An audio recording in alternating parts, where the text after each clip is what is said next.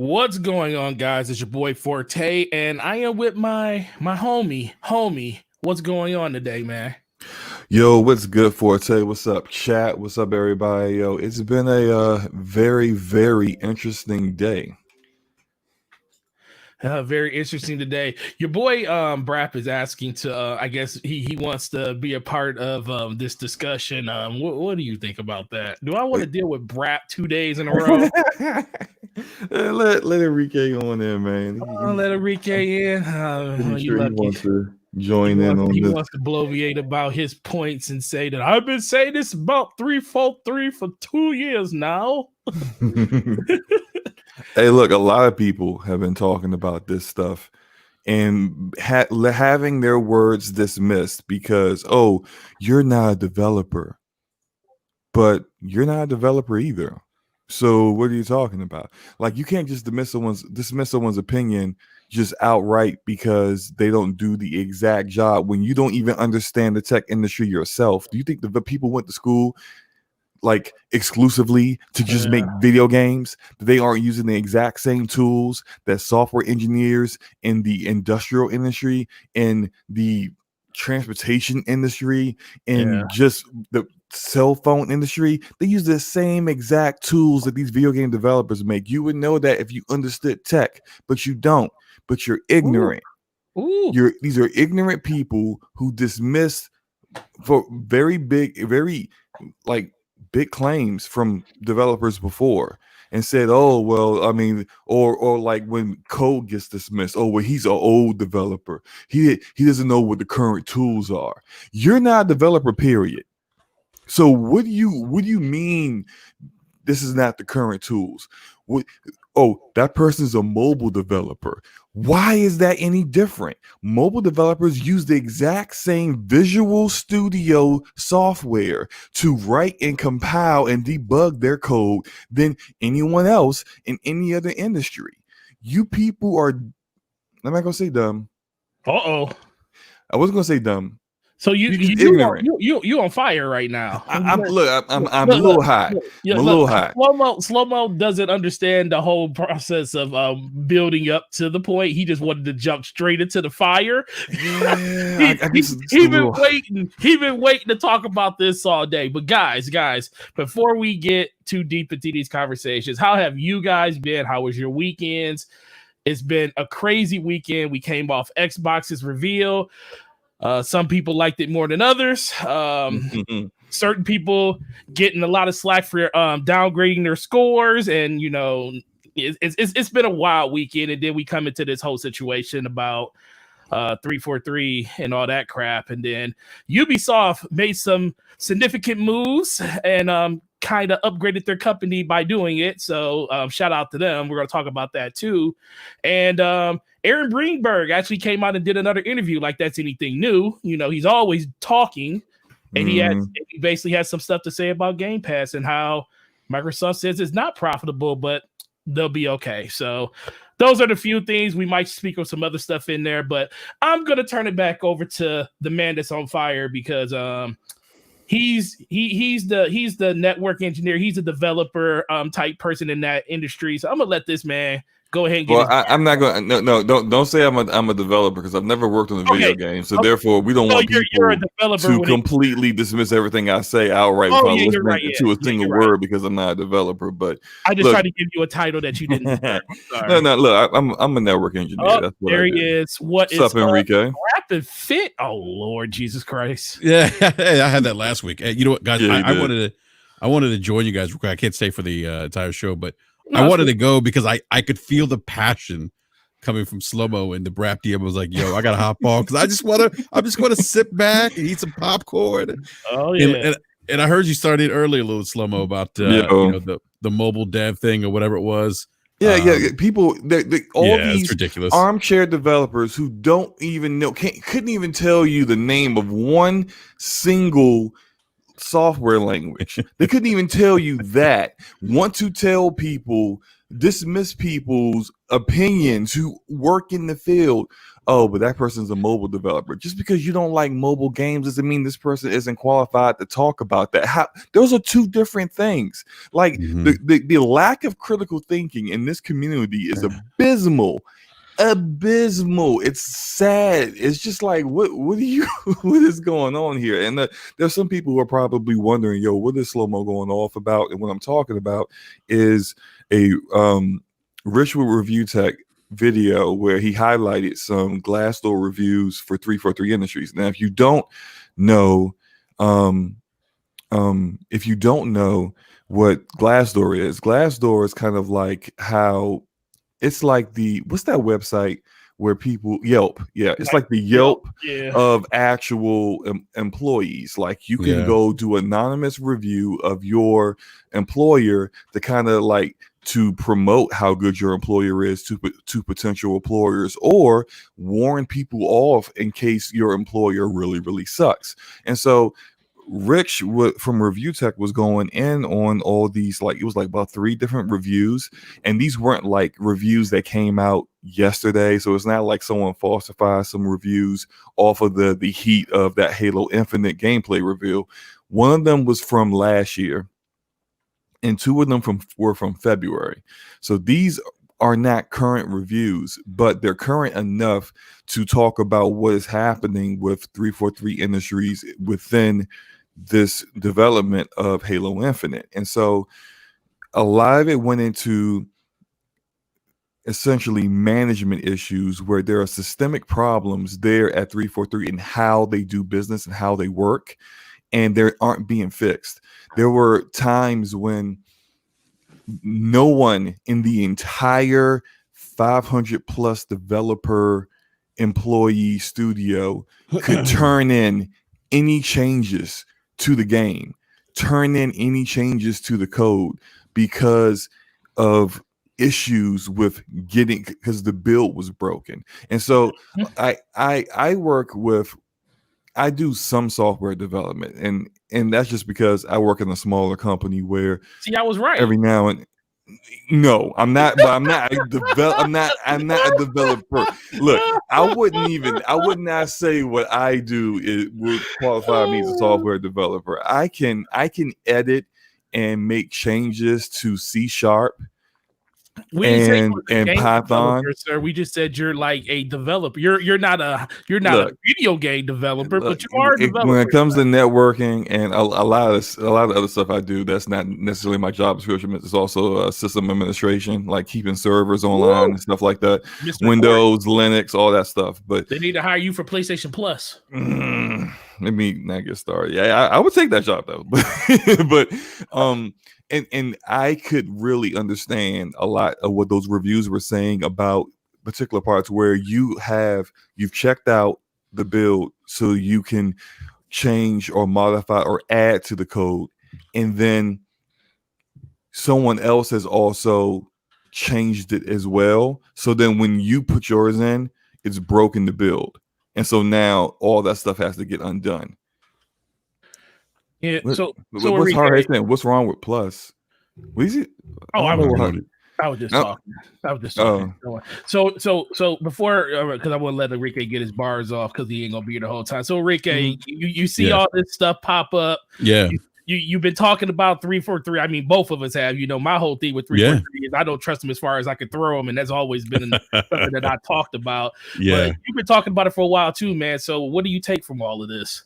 So you guys remember in DM last week when I said that there were some issues at 343, and to see Rich from Review Tech USA, his video break, and I'm like, oh, wait a minute. And then the insider that he has at Microsoft confirmed it. But like I think you guys you guys remember some of the I don't know if it was the project lead or somebody last year. I wanted to get into that. Last year, that director that left. Then the replacement director left a month later, and everyone was like, "Oh, this is not that big a deal. This stuff happens all the time." It doesn't. This doesn't happen. It seemed odd, Slow-Mo, at the time because of where they were in development with this game. Like it does happen, But to have a lead leave abruptly, it's kind of like, and then the replacement leave a month later, it's kind of like, this something, and you guys, I remember you guys called it like towards the latter part of last year. Like I remember you guys saying that, well, wait a minute, like something's not right. There's probably more going behind the scenes. And then last week when I heard from a I would say a friend of ours who mentioned this to me, and I'm like, oh, wait a minute, this okay, well, and his comment to me was that there's a lot of dissatisfaction within the team. There's people leaving. That the development design for 2 different versions of Halo Infinite, one for the Series X, one for the base level Xboxes, has proven more challenging than they initially thought it was going to be. And that the consensus in the studio is that they would rather just focus on developing Halo Infinite for the Series X.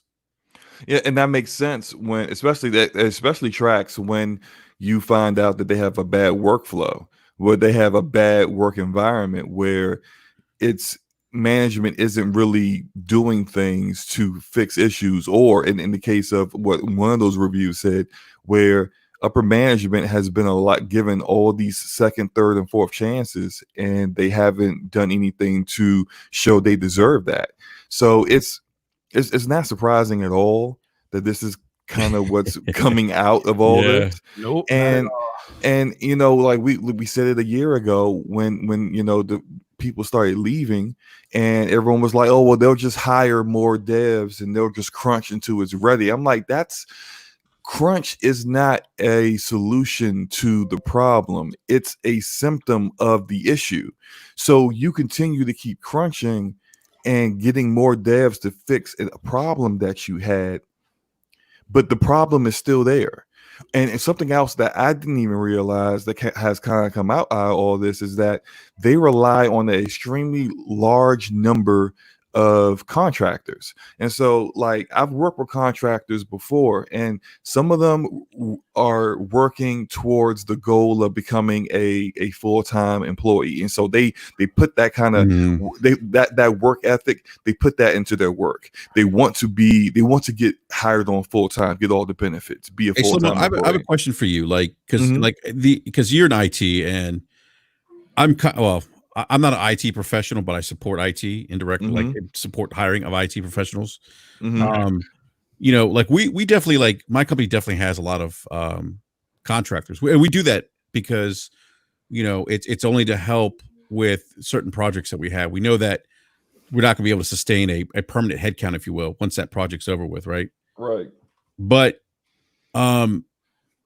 usually those individuals are on contract, not just for like a month or 2 months. It's usually like, either through the duration of the entire project, however long that is, or right before it ends. Or right before it ends, right? To kind of get it to the finish line. But it almost sounds like, correct me if I'm wrong here, but it almost sounds like there's a revolving door of contractors. Am I understanding that correctly with 343i? Like it sounds like with some of these GlassDoor reviews, there's a lot of the contractors. Yeah, I wonder how many of the 600 are like actual employees of 343, because it comes down to a simple fact. Like when Halo 5 was being developed, they contracted like a whole bunch of people to come in and help with the multiplayer and stuff. And the thing is, it's like that whole adage where people say, oh, Sony really has a lot of they have a lot of faith in their product because they're letting reviews out like a week or so early. I had a feeling that the Halo multiplayer from Halo 5 was going to be amazing because they put that thing out in a beta a year before the game came out. And it was very well known that they had a bunch of people that they contracted out, everybody from developers to esports people to come in and actually test the game. And that was something that was really talked about over the course of that whole first year. And we haven't really heard anything on this game other than the fact that it was in development hell early on. Then they never really discussed that they were building the game in Slick until we found out about it. We didn't even know that the game was actually being developed in Unreal at first. We didn't know that they were building in Unreal 4. And then they transitioned to Slip Space. And the first time when we heard about it, and this is why you got to pay attention to stuff like this. if you just go off of just that one reveal that they showed, and they showed the Slip Space engine, you would think they were working on that. They've been working in that game on that engine since the beginning, and that wasn't the case. So a lot of the stuff that you're seeing is very systemic to the fact that they're like, dude, we're all over the place. And now you got people that probably learned how to work in Unreal for all this time. And now you're bringing people over to work in a brand new engine that don't know any of the development tools. And you're not even training people to work in those. Right. Now, let me talk about that. So this is the issue where you have so many contractors. And then as Enrique mentioned with contractors, they have a temporary time period with your company, then they're gone. And when they leave, now some of them may not be the very best at what they do, and they may not really care. All they care about is getting Halo on their resume, and then they're going to go somewhere else. Now, I've worked with software engineers before where they've left, and then now I'm looking at their code, and I'm like, yo, this is really bad code. I don't. Now I'm gonna explain to you what bad code. You're not means. even a software engineer, Slow-Mo. You can. Yeah, I can. Look, you're a developer, though. I'll explain. You are a developer, Slow-Mo.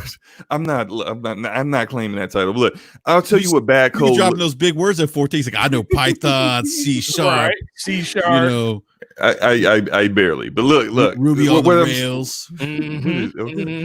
What I'm saying is that when you look at software, right, and this goes, you could be an experienced software engineer, and you look at someone's code, and you're like, you know what, we might need to just start over with this, because if you go into someone's code, they don't work at the company anymore, and there's a way, right, where you pull it up in Visual Studio, which is created by Microsoft. You pull up the code, and you go into it, and you can see what part of it is actually commands that are code is being put in, and which of it is being annotated out. That's instruction to the actual person reading it on what it's for. So like you'll have like / hey, summary. Hey, look, this part of the code is for the grass. I'm just making stuff up. And then they'll have, like, at the very beginning of it, we'll have the person who wrote it and the date they wrote it, usually. But all throughout that code, you have / blah, blah, blah. This part does this. This helps people after they leave know what the heck they're looking at and be able to make modifications. It shortens the time period. Instead of taking 2 days to get something fixed or to change something, it could take a few hours. And so what ends up happening is that when you don't do things like that, if you got bad software engineers and they don't care about their job, because they're not going to be here 2 years after the game has launched and you're working on a different game, and someone's looking at their code that they created and saying, I can't use this. Who wrote this? It's like, yeah, it's not my problem because I'm not going to be here. And so, like, you get those kind of people with that kind of mindset, and you're another issue, and something that I've been thinking about now is that the people who left could have been really, really good, but you didn't bring them on full time, and you now replace them with people who aren't as good. So think about this: Halo 4. Halo 4 had a great story, right? Great campaign, bad multiplayer.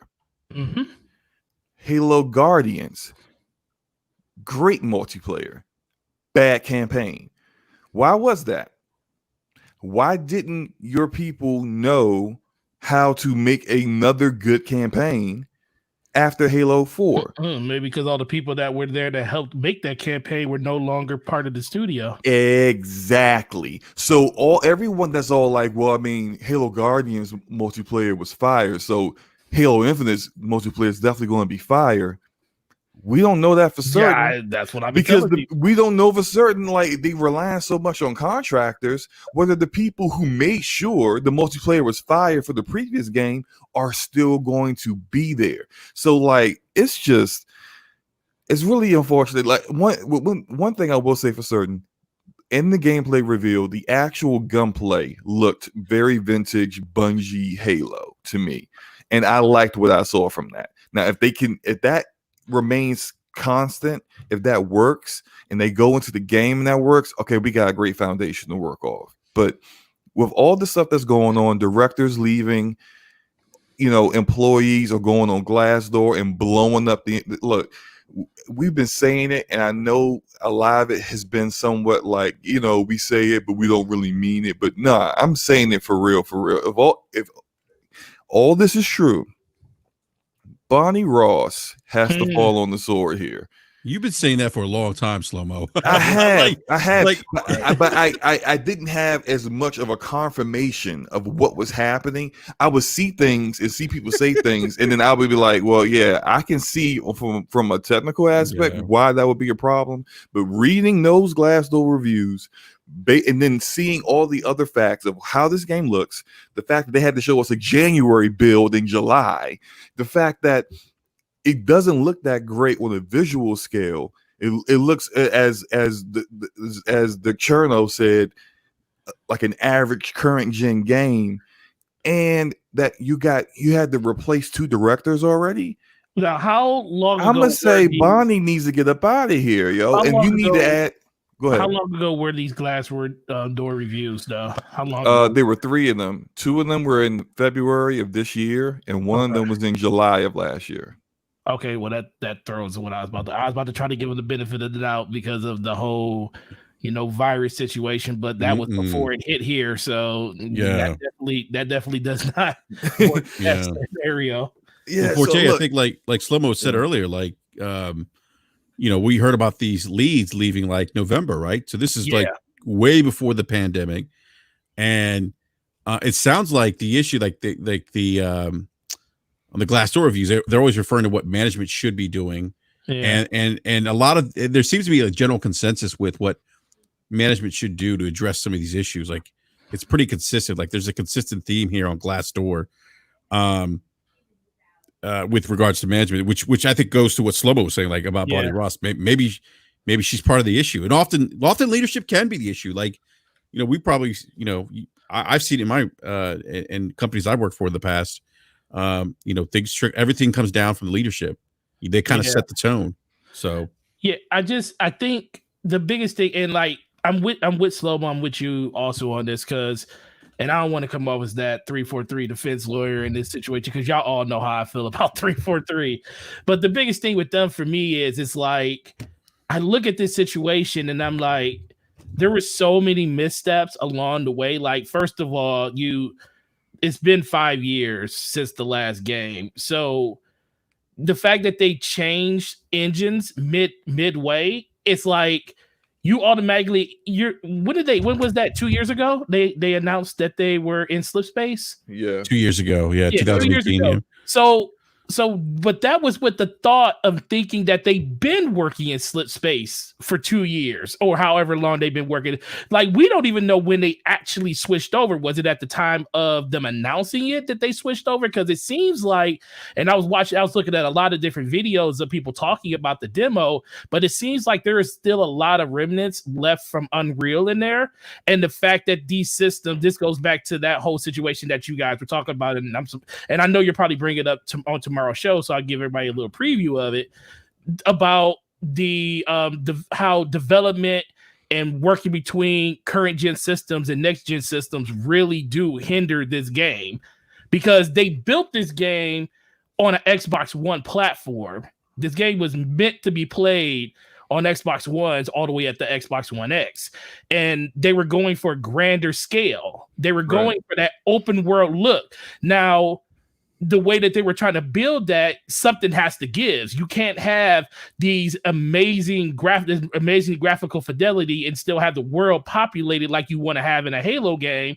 Because the one thing that we always go back and say, well, Red Dead Redemption looks amazing. Well, yeah, Unreal, that game looks amazing because it's in an empty world. There are things in it, but for the most part, you're looking at vast vistas that just look eye-poppingly great when you're just staring at them. But they're trying to do a little bit something bigger in Halo. So in order for them to do that, they had to scale everything down and make it flat. And then on top of that, now we're saying we got to work in a new on another system.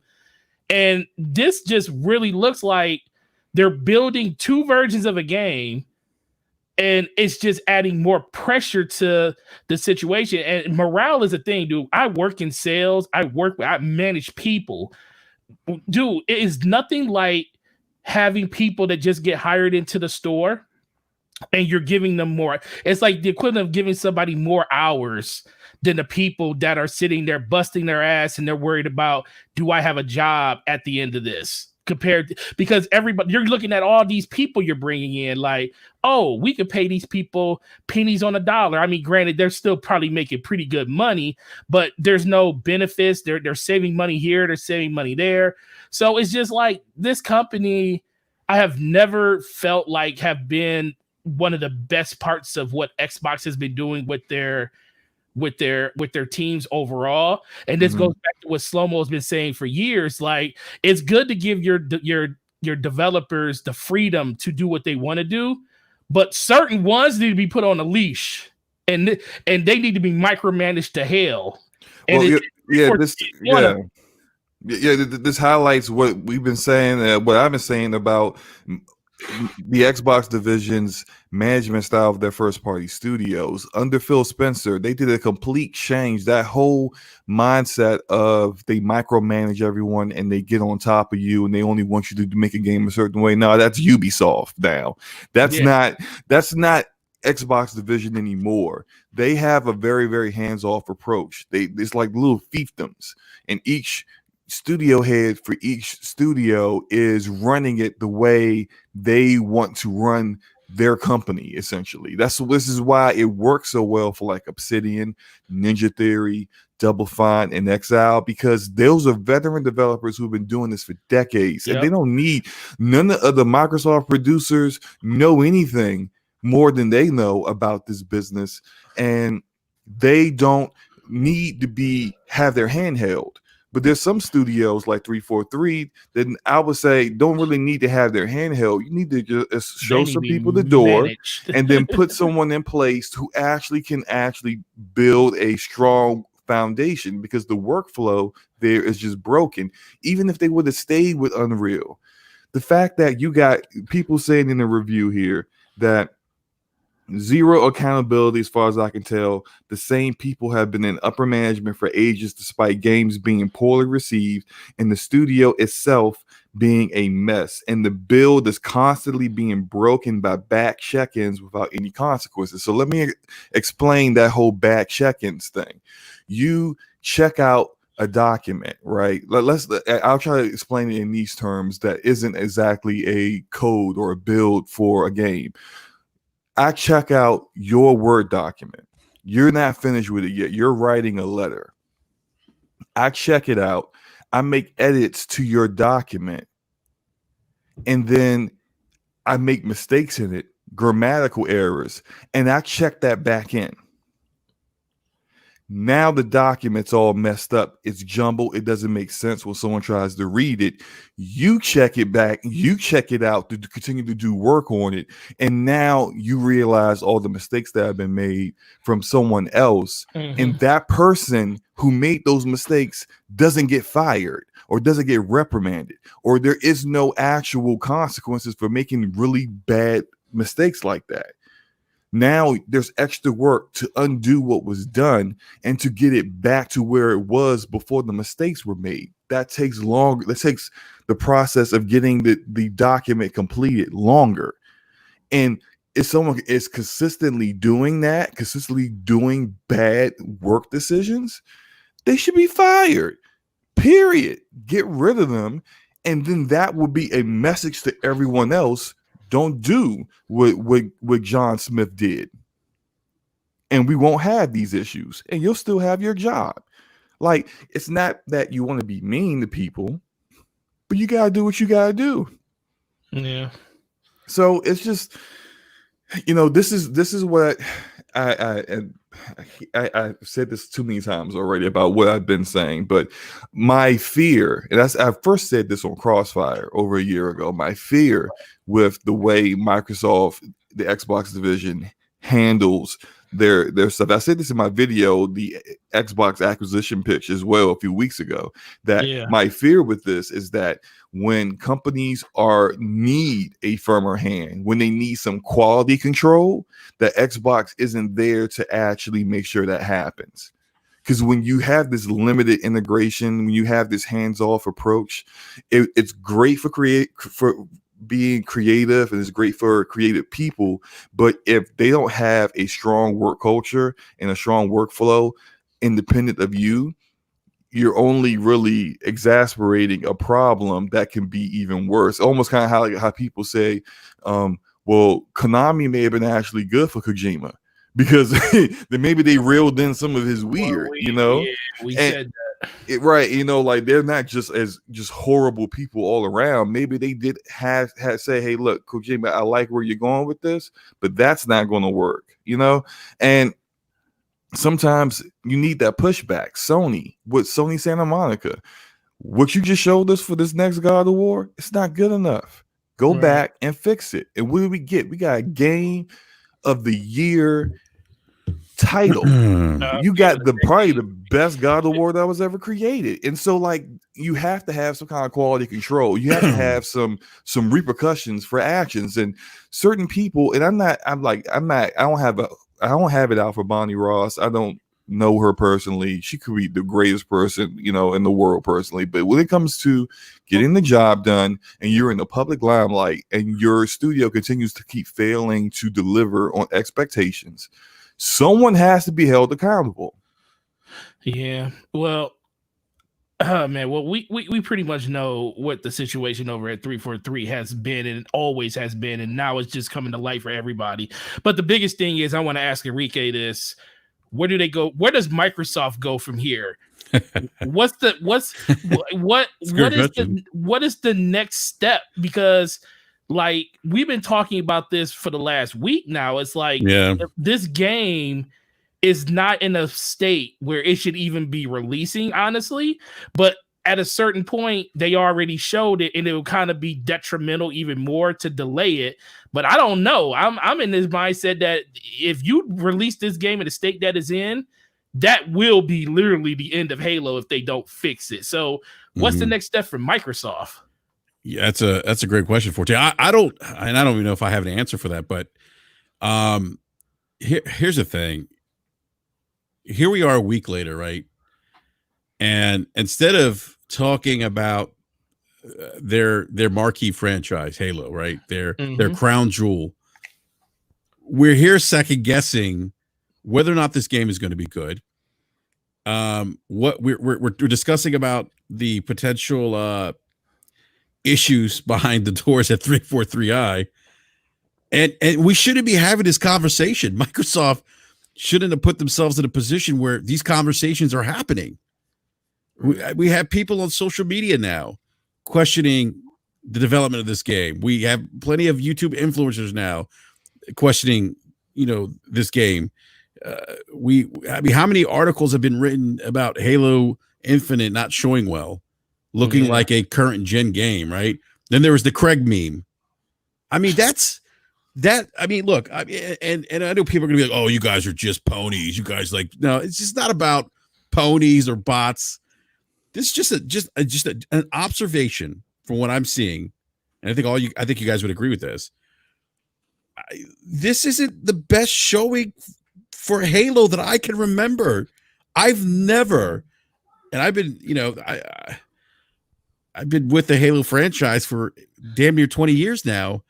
I can't remember a time where people were doubting Halo. And I can't remember a time where, where we're questioning whether this franchise, which is an iconic franchise, make no mistakes about it, it literally put Microsoft on the map. Yeah. Xbox. There would be no Xbox if it wasn't for Halo Combat. You're right. Halo is synonymous with Xbox. And so I guess to answer your question, first of all, if this thing releases half broken or whatever the case is, not finished, you know what they're going to do? They're going to do the same thing they did with Sea of Thieves. Oh my God! They're going to dump it into Game Pass, and that's so worse because you know about the Halo Infinite 10-year plan, and I don't even think a 10-year plan is is realistic. I think that's more marketing No, talk. we don't need another Destiny 2.0. Well, I was going to say, I don't even think it's going to be that good because, like, look, I'm not right now the way I kind of feel about it, and I still, I guess, like me being a Halo fan, I still like the fact that the gameplay looks solid. So that's still like but the gameplay looked good.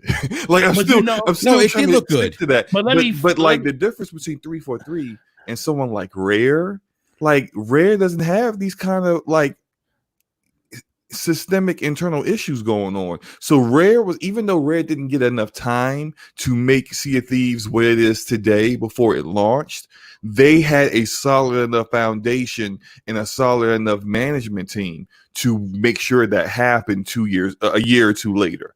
So now that Sea of Thieves now is like it's always on the top charts in Steam, and people in the Sea of Thieves community love it. It's got all this great content.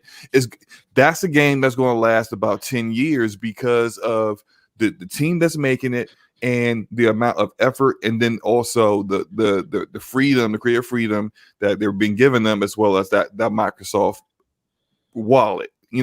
But the big difference here is that Rare's Rare, and even though some people may not like their games, they never say their games are like broken or like we have all these internal issues. And 343 is 343. So I really like, they need to, if this game does not release well, especially with all the pressure that's on it being a launch game, them making it such a big deal to make sure this game is available to be played at launch. Yeah, you have two options here. You can blow up 343, or you could get rid of the entire upper management, and that would, you're really at this point you're looking like Anthem at that point. Ooh. Well, wow. To your point about Anthem, Slow-Mo, and people are going to say, oh, well, you guys are, this is fabricated. We don't know if this is true. These are disgruntled employees on GlassDoor. This is the same crap they said last year about the studio heads. It's the same stuff. But the interesting, you brought up Ubisoft, and when we had caught wind of issues at Ubisoft, look, it's only a matter of time before the stuff comes out. Right. And like with Ubisoft, what happened? We started getting little morsels of information, right? Mm-hmm. And then somebody broke the big story. I don't know if it was Jason Schreier. Somebody broke. It was Jason. It was a Jason. Yeah. Okay. Yeah. So and who knows? Maybe Jason Schreier. Somebody should DM Jason, see if he has any contacts at 343i, can get to the bottom of what's going on. But look, I just don't. The optics of all this doesn't look good.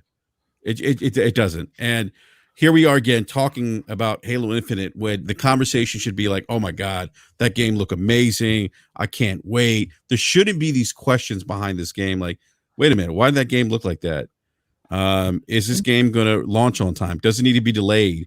The Craig meme. I mean, like Halo, in a sense, Halo Infinite, the review of Halo Infinite is kind of become a running joke. And that's just that. I never thought I'd see the day where a Halo game would have its own meme as a running joke. Yeah. And I think that speaks, it's pretty rough. Yeah, that kind of speaks volumes. I mean, I don't think you could just sugarcoat that and be like, it's only fanboys, And it probably is some fanboys, but the fact that the meme went like viral, and the fact that 343 even named the Brute, that says a lot. Yeah. For them to respond to what was going on in social media, if it wasn't that big of a deal, they wouldn't have responded, but they had to. They had no other choice. You brought up Ubisoft. That's actually was one of the topics we were going to talk about today, was the additional information that came out. And so, like, you actually had Mike Laidlaw on Brat before, right? No, I did a podcast with him, with the guys from Super Deforms Gamecast. Oh, okay, yeah. I remember saying that you had spoken to him before. Well, I did, yeah. Mike was the lead director for all of the Dragon Age games, except for the one that's being in development right now, Dragon Age 4. He was the lead director on all of them. He is awesome. He's good at his job. He has delivered on some really good games. I'm a big fan of the Dragon Age series, and when he went to Ubisoft, I was like, oh man, Ubisoft got a good one. Like, I can't wait for whatever he cranks out. Slow-mo, real quick, did he just recently leave? Yes, he left like it was either earlier this year or it was late last year. I feel like it was more late last year. Dude, so that explains a lot. I hit him up on DM and he's like, I'm not doing podcasts at the moment, but follow up with me later on in the year or something. He was saying he probably was under an NDA where he couldn't speak about what happened. Okay, yeah, he was probably still at Ubi, but yeah, okay. Go ahead, man. So what happened, what came up, what Jason Schreier spoke on today was that Mike Laidlaw had a King Arthur game that he was going to do. It was going to be a co-op, multiplayer, story-driven game based on King Arthur. And the guy, the Sergei Haskot guy that was the main perpetrator of all the sexual harassment allegations at Ubisoft, who has recently been fired. This dude was, and something that's very unusual in Ubisoft is that there's one guy that approves or denies all the games going forward. And it just so happened this one dude, all he cared about was that typical Ubisoft formula. You know, the big, huge, humongous open area. You go to one area, you clear out all the stupid side missions that are all mundane and the same things over and over again, just littered all over the area. You fight the mini boss, you get a small little cutscene, move on to the next area, rinse and repeat. That whole deal, that he loves that. He loves that. He just did not like the whole King Arthur aspect thing. He didn't like that at all. And so because he didn't like that, his personal opinion, not whether this game's going to sell or not, I don't like that. He canceled the game. And so that's when the game got canceled, is when Mike Laidlaw left. Now, when he left, I remember not having all the information that we have today. I remember seeing that and I was like, yo, Ubisoft messed up. Because that guy knows what he's doing. Like, you see his track record, you see his resume. You let this guy walk, and then you find out later on his game was canceled, and then you find out today why it was canceled over some bull. Like, this is the kind of stuff that when there's smoke, there's fire, people. And so to bring it back to 343, there's a whole lot of smoke here. The forest it's Smokey the Bear's mad. Okay, like the forest is all kinds of messed up right now. Yeah, the forest is on fire. Right, it's on fire. Only you can prevent forest fires. Yeah, but not right now. Now it's time to run because it's all lit up. You know, it's a California brush fire at this point. So it's just, this stuff is really unfortunate. I was really looking forward to the game, to playing it. I'm still going to play it because it's Halo, and I'm a Halo fan, and I can't help myself. I'm going to play the game. Whether I enjoy it or not is a whole different story. And so, yeah, like, I really hope they were not counting on, hey, look, we'll release it in whatever state it is when we launch the system, and then we'll just fix it over time, because that is the kind of mentality that Ubisoft had with their games. You know what, Slow-Mo? And we're going to talk about this on Brap tomorrow, but that to me is maybe the one thing that potentially concerns me about Game Pass. The idea that, hey, we could put a game that's not finished. It's playable, right? Mm-hmm. I mean, look at Master Chief Collection, right? As an example, right? We'll patch it as we go along, and we'll add content to it, because at the end of the day, hey, you're only paying $1 or $15 a month, and you get all these other games. So it's like, it's almost like it's okay if we do this because we have enough value built into this that no one's really going to complain about it. B Money's got an interesting question in the chat. He says, how long do you think the campaign would be, since this is now becoming a platform? Now, we've seen with other games that did this content loop, this content format, like Destiny, The Division, those their initial base, like, campaign really wasn't very long. It wasn't very substantial, and it was always with, like, hey, and then it's very somewhat open-ended in the way it ended, because you got another story content drop coming in like less than a year. So I mean, it wouldn't surprise me at all if the campaign was extremely short. Destiny's opening campaign for Destiny 1 was about 9 to 12 hours, and then Destiny 2 was around 8. for the initial campaign. Right. Now, any follow-up DLCs, like expansions, not expansions, but like seasonal stuff, that's a joke. It's like literally an hour and a half at most of added story stuff. Normally their big DLCs are anywhere from 4 to 5. Well, not even give them that much credit. Probably closer to 2 to 3 hours for just the campaign. And most of that is you retreading, doing stuff that you already did in the game. So, I mean, it's very debatable what they're going to do. The biggest thing that we keep hearing is that Halo does have a beginning, middle, and end.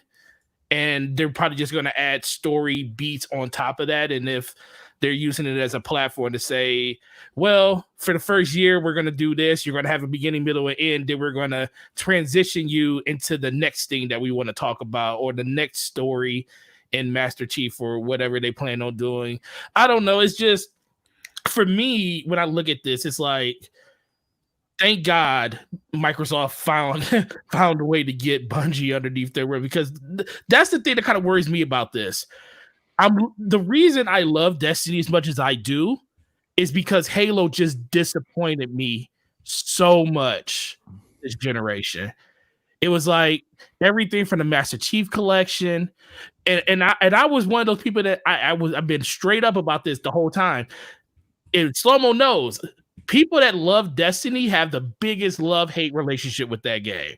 Yeah. I hate it. I hate that game. It's like an abusive relationship. Yeah, I truly, really do hate this game, but it has endeared itself so much to me, and we put so much time into it. It's like there's nothing else like that out in the market to play.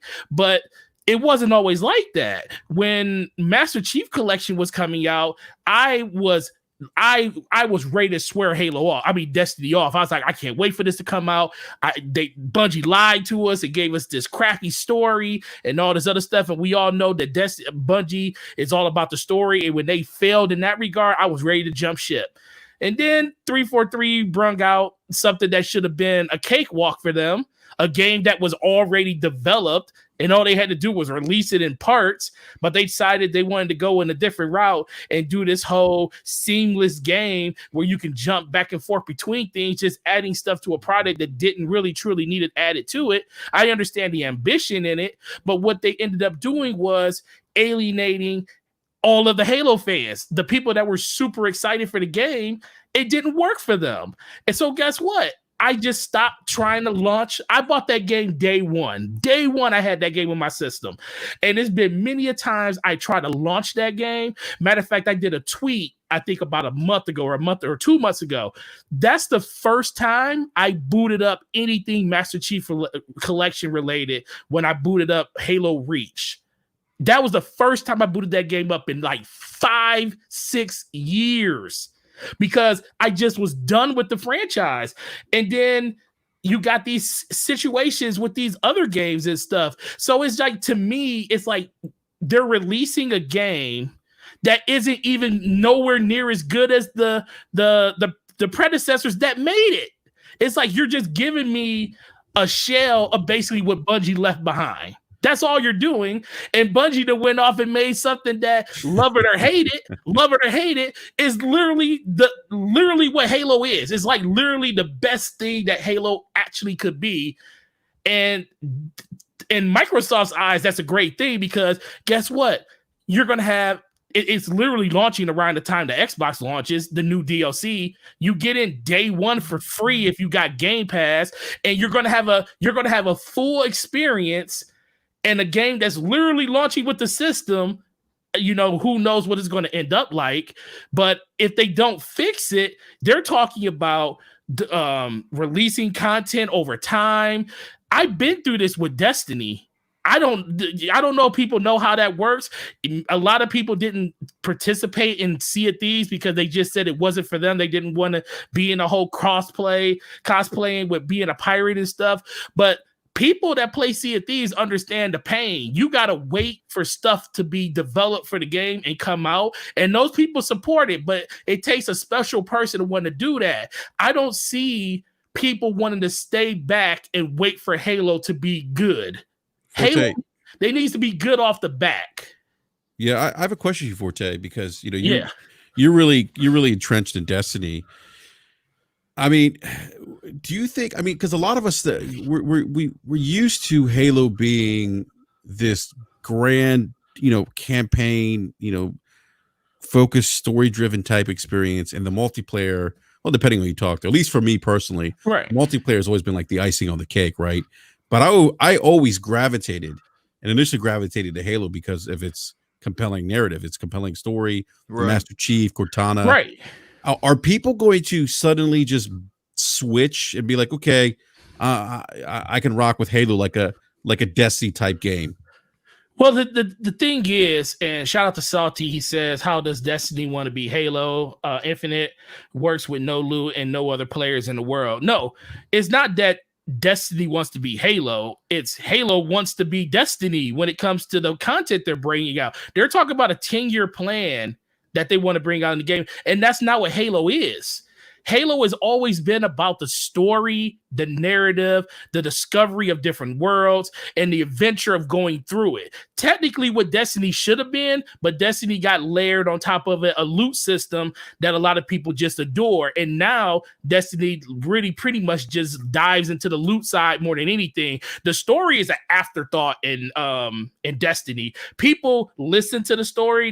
They don't really care about it. They appreciate when they get it, but it's not something people play Destiny for. They play it for the really good gameplay. The gunplay is amazing. The loot is pretty awesome. And when you're enjoying that with your friends is a whole nother experience. Where Halo, I always tell people this, Halo is about the story, about the narrative of Master Chief, how that story plays out. And then it transitions you to multiplayer.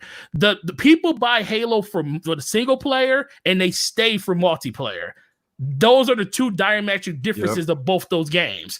And the fact that they're trying to change and pigeonhole and trust me, there's going to be loot in this game. It may not be as like huge as Diablo or Destiny does, but I do see them adding on more and more stuff to this game over time, because when you got a games as a service, what is the enticing reason for you to keep playing it?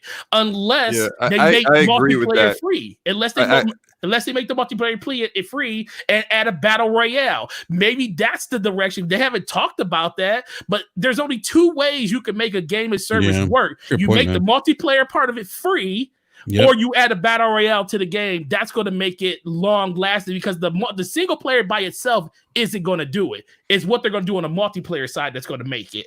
I just wanted to add that, like, in regards to you were talking about having loot in this game, I think the only way they can really make that work is that if you recall playing Ghost Recon Wildlands, right? Yep, I do. I loved, and something that was actually cool with Wildlands is that like these weapons they didn't have levels like you would see in typical like MMO RPGs, but you would have to go to certain locations and get them.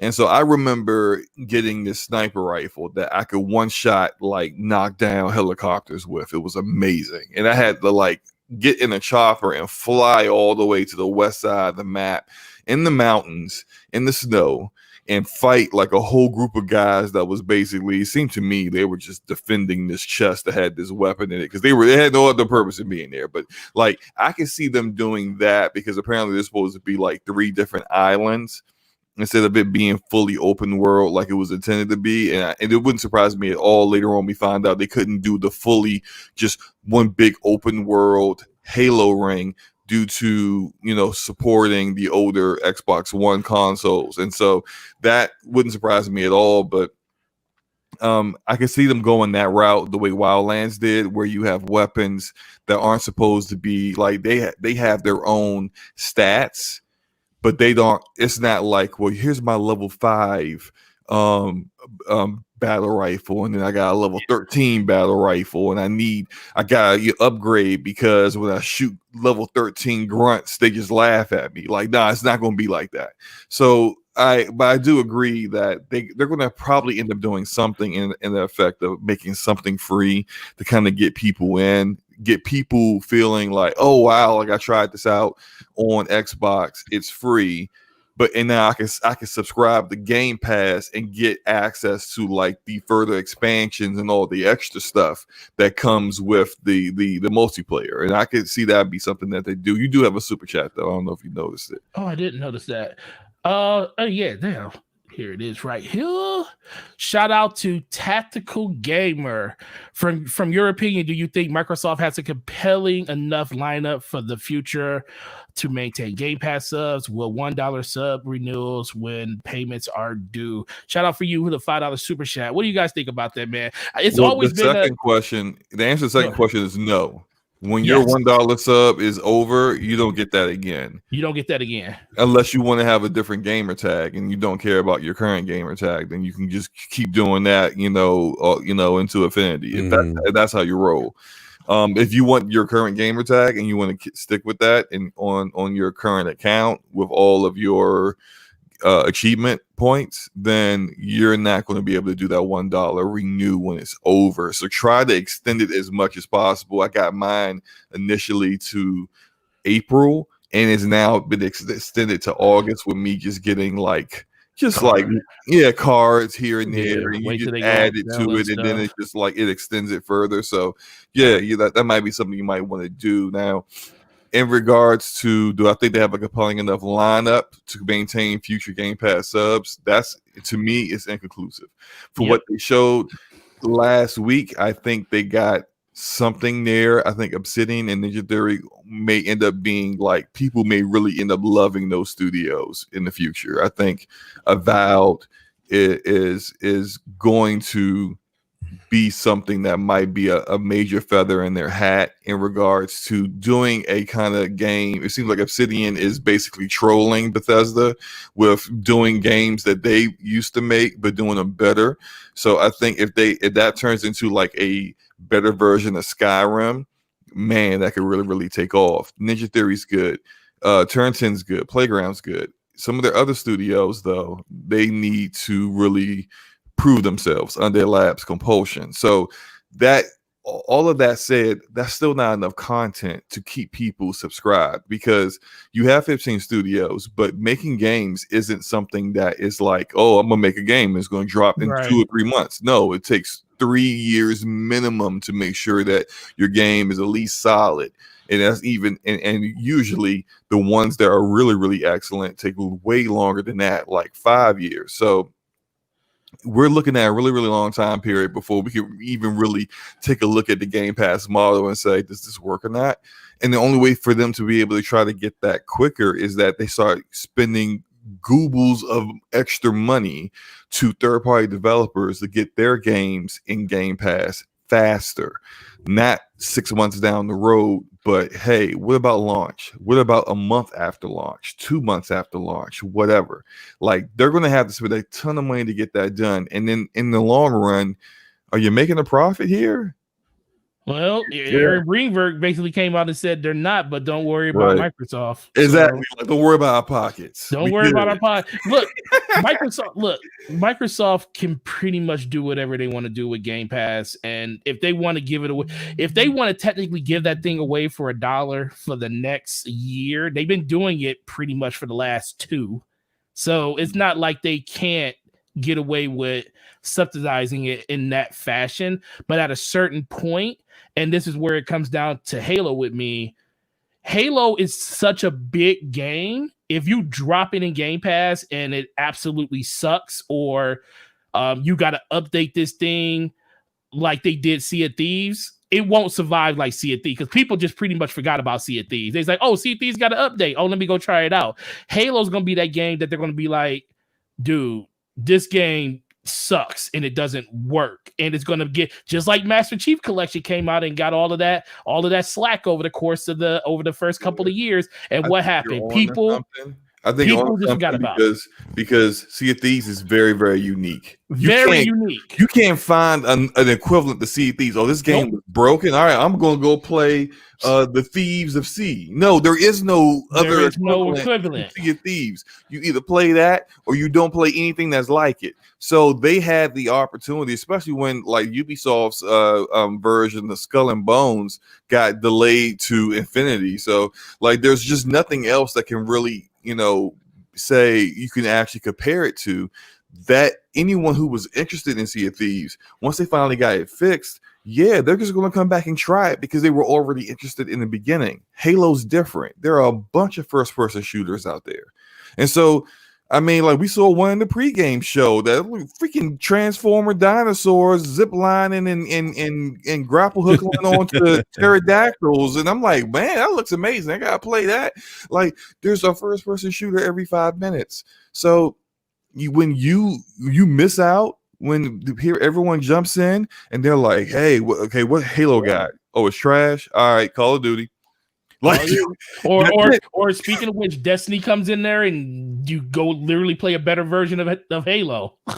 Right. Literally at the same time. So I don't know, man. Like Slomo, I didn't ask you. I asked Enrique earlier. Where does Microsoft go with this? What's next? Well, I answer a question the hard head. He said grounded ain't unique, and I'm saying what's a grounded? I don't know what that is. Well, speaking of grounded, number 1 sold game on Steam, number 5 right now. I can't believe it. Twitch. I'm not surprised that it's number 1 on Steam.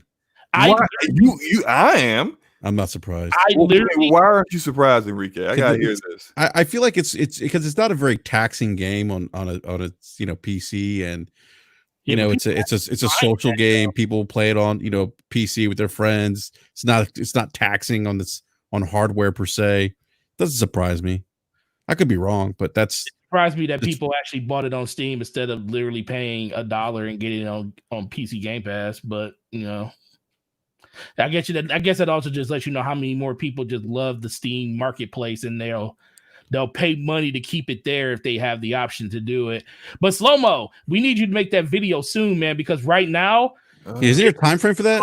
No, it's not a time frame. But he said he was going to make it once the beta came live. But he needs to make that. Can I do my very quick, very hot and dirty impressions of Grounded, and that I played like 30 minutes earlier today? I played 2 hours of it earlier. I'm making a video on it. But wow, 2 hours. I played 2 hours of it, bro. I really liked it. Then I mean, that's actually pretty cool. I'm shocked that it actually had some type of replay value to it. I mean, it's not the greatest, but I mean, it's only like what 20% of the game. They said. Maybe I need to play with you in order. You should probably keep me focused. Because look, like I try. Okay, this is what. Now, hey, real quick. So I don't mean to interrupt you, but I gotta get going, guys. Okay. Yeah, I gotta hop off. But guys, I really enjoy the show. I love when you guys get together and chat video games. So great stuff. Well, go ahead and give your shout out for tomorrow and everything else, bro. Yeah, we'll be Brap, Forte, and Slow-Mo. Part of the Brap panel will be live tomorrow night, 9 p.m. Eastern Standard Time. We're gonna have Hogue Law. Hogue has put out some really great videos on Microsoft's messaging with Halo. Yes. Hogue's great, except for his Mass Effect takes. His Mass Effect takes are the worst ever. Yes, they are the worst. Otherwise, great. About that again. Yeah, we're going to talk about it. We also have game journalists for PC Mag. Tony Polanco is going to be joining us as well. Tony's been a guest on the show, and he's got some thoughts too on the Halo reveal. So it's going to be an awesome, awesome show. Definitely check it out tomorrow, 9 p.m. Eastern Standard Time at Basement Radio Arcade Podcast on YouTube. Gentlemen, I'll see you guys tomorrow. Great show as always, guys. Enjoy. Like I said, I love when you guys get together. You guys have great chemistry, by the way. Thank you. Yeah, you guys we try to do this. We try to do this once a week. Get together and talk about what's going on and just have some fun with it. So I appreciate that. Glad you recognize the chemistry. The chemistry. It's seriously it's great. Like seriously, I'm glad you guys started. It's a great show. Like you guys have great conversations. And it's. It's not that fanboy nonsense we see out there. No one's capping, Right. It's just real talk, just, Absolutely. Well, guys who love gaming. That's why Brap is as good as it is, because we all have great chemistry together. So thank you. I appreciate that. Yeah, no doubt. But I'll catch you guys later. All right, man. Have a good night. Have a good night, bro. Yep. You too. See you guys. Yeah, man. So no. So let me. Salty was like 20%. It didn't. Maybe I'm wrong. I just been hearing people say that the demo or the beta is only 20% of the game. Is that true? Well, but what I'm playing for Grounded, what I'm playing right now is only 20% of the full game. That's what I keep hearing. People that played it said it's literally like I was watching a couple people stream it, and they said it's not the full game. It's just 20% of it. All right, let me say that. Wait, first of all, let me say I don't the know. the game's not very well optimized. Okay, it's not like I have a high end PC. Okay, and I was getting some performance issues in this game in the very beginning. I was just like, yo, what's up with the frames? Now I was running it at ultra, but I thought like with this kind of game that wouldn't be an issue.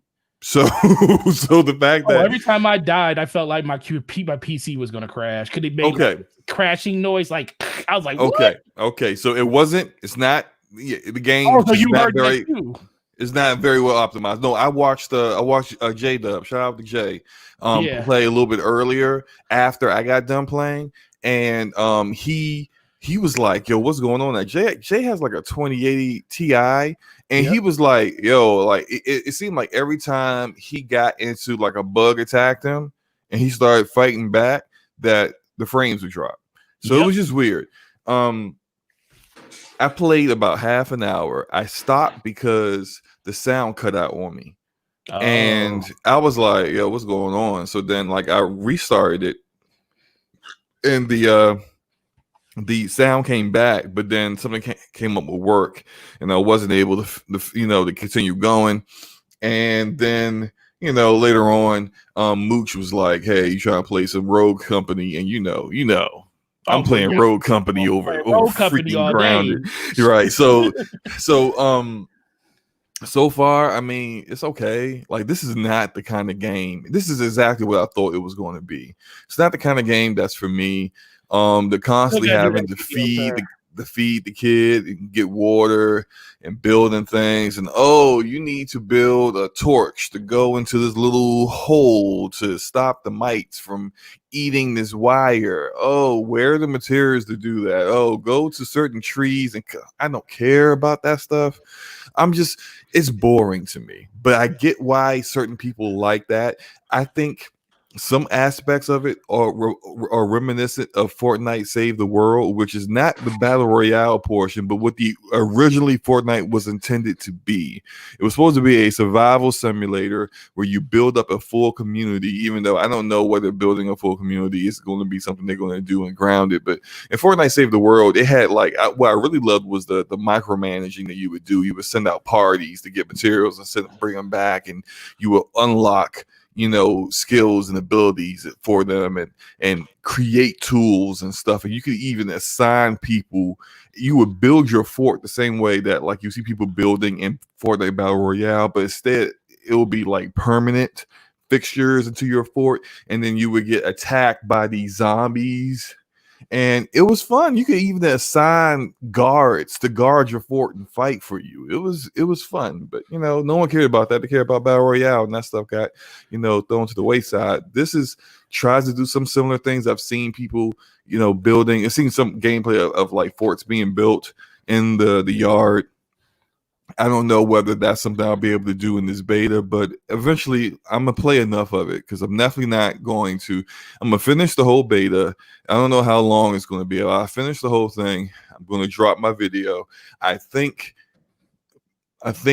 my initial thought before of doing a video on Grounded and then doing a feature on Obsidian like I've done with other games, I don't think I'm going to do that.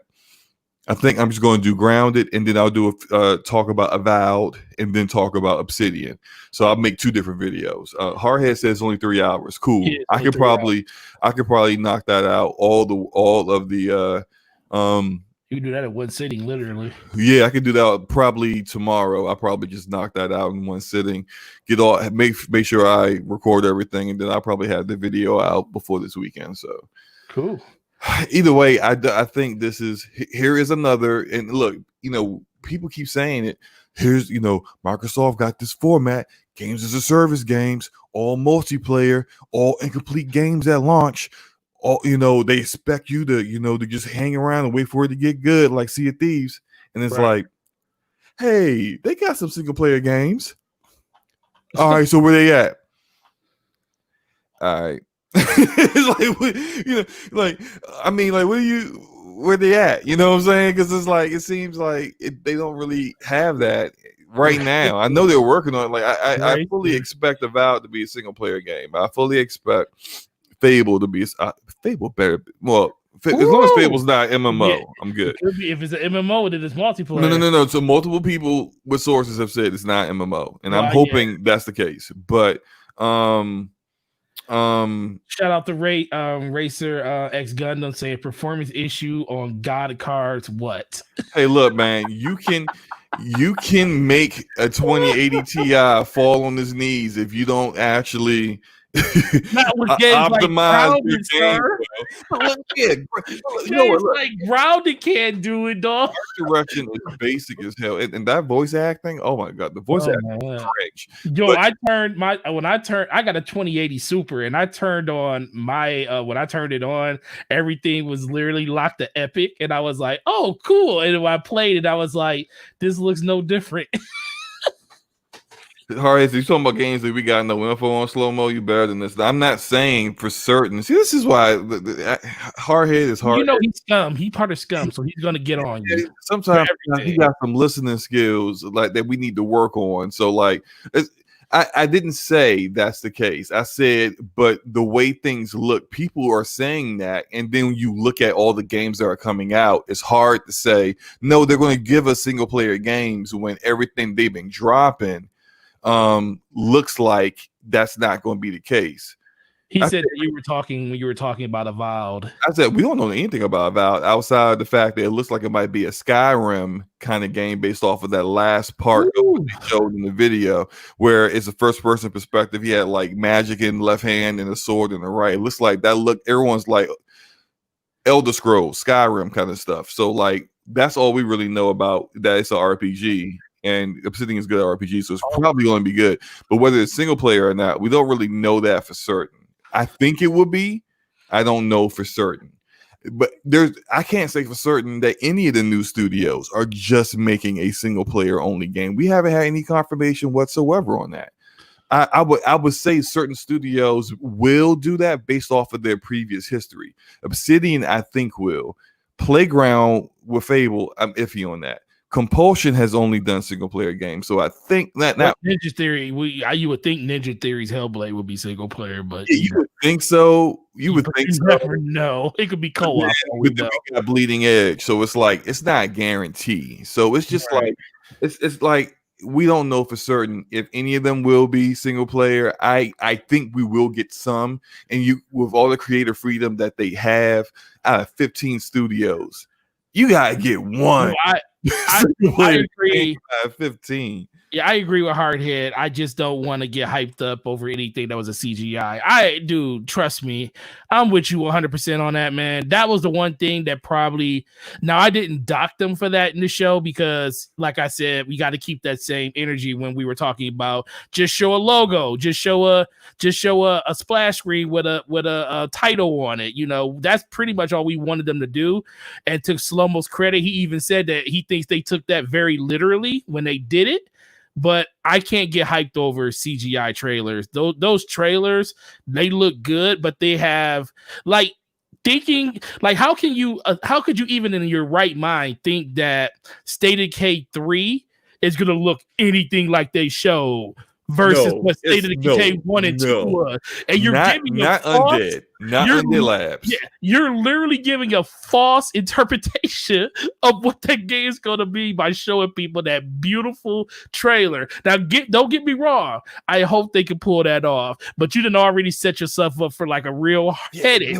They did the same thing with State of Decay 2. They had this great trailer, beautiful trailer with the guy in the muscle car, and he's running over zombies, and he does his little drive through a gas station. It looked all cool. And then they had their whole statement on Twitter, AAA all the way. Like, well, you know, AA, hell no, is what it turned out to be. And it's like, come on, man. Like, why? How y'all not understand y'all making the same mistake here? You have set an expectation off that trailer of what the game is going to look like. And it's more than likely, considering how they are as a studio, they're growing. I think they're up to like 100 devs now. So they when they made State of Decay 2, when that dropped, they were like 65, 66 devs. So they're growing a lot, and maybe they got some talented artists, you know, in there that now can actually make better character models. that can actually be creative with what they're working with. And they're I think State of Decay, for certain, State of Decay 2 was on Unreal Engine 4. So maybe State of Decay 3 would be Unreal Engine 5. Hey, maybe they might actually be implementing some of the great features that Epic is installing in this Unreal Engine 5. So, hey, maybe they can actually match it. But them, I'm gonna doubt it. I am doubtful that we're gonna get a game that looks like that trailer when it's all said and done. Especially considering the kind of game this is. It's big open world maps, herds of zombies all over. There's a lot of CPU usage here. There's a lot of computer generation of, hey, have herd move here, have this other people going on over here. Let's get a survivor asking for help in a building in a town over here. Just there's a lot going on in the game. You can't go photorealistic when it's like that. So Hard 8 says it's just sad that the Series X seems like it's a console that's years out. And this is the one thing I want people to understand. It's not the system. It's the developers. It's the talent. Microsoft, yes, they have acquired a lot of talent over the course of the last 3 to 4 years. And it takes time for that talent to make these games. But they're the 343, they're really the problem, honestly, on top of what other developers are doing for them. And it just seems like it puts like this blanket statement over the Series X, like this system isn't going to be as good as a lot of people think it should be. But the thing is, if you give this same system and this same archetype to somebody that like Naughty Dog or somebody like Sucker Punch, you're going to get one of the most beautiful games you ever seen, because they know how to optimize and make those real to life type games and stuff. And that's something that Microsoft has always struggled with, outside of Gears of War when it first released. That was like kind of their only kind of realistic game. I mean, of course, Forza is more realistic just because of, cars are cars. You really can't mess that up. And they really haven't really had to push the envelope on that visual fidelity when it comes to ultra real to life graphics like Last of Us and God of War to an extent, but it just comes down to the development talent, and Microsoft still needs to foster that in a very meaningful way.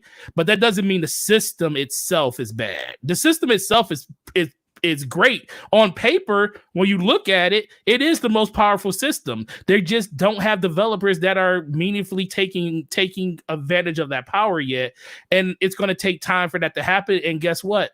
They may not get the time, because there's a lot of people like, shout out to the people in the chat like Salty. He's been saying, I may not agree with everything he says, but I can't be mad at that man for saying that, they're just not giving me what I want. And I'd rather go somewhere where I feel like I'm going to get the benefits of the dollar I spend on the things that I want. And that's what Sony does the most. So that's what they really need to work on. But the system itself is great. They just don't have anything to properly show that system off.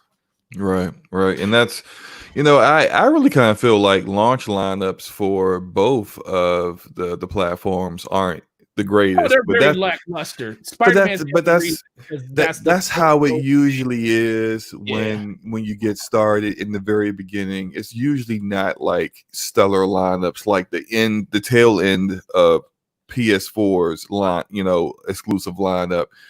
You don't get that for any console in the beginning of its life cycle. So it's okay. Look, just get the platform that you see what's coming out, years ahead, and you don't have to get it right away, but get it before the games that you're looking for are coming out for you, or if they're coming to PC and you want to build a PC, you can do that too.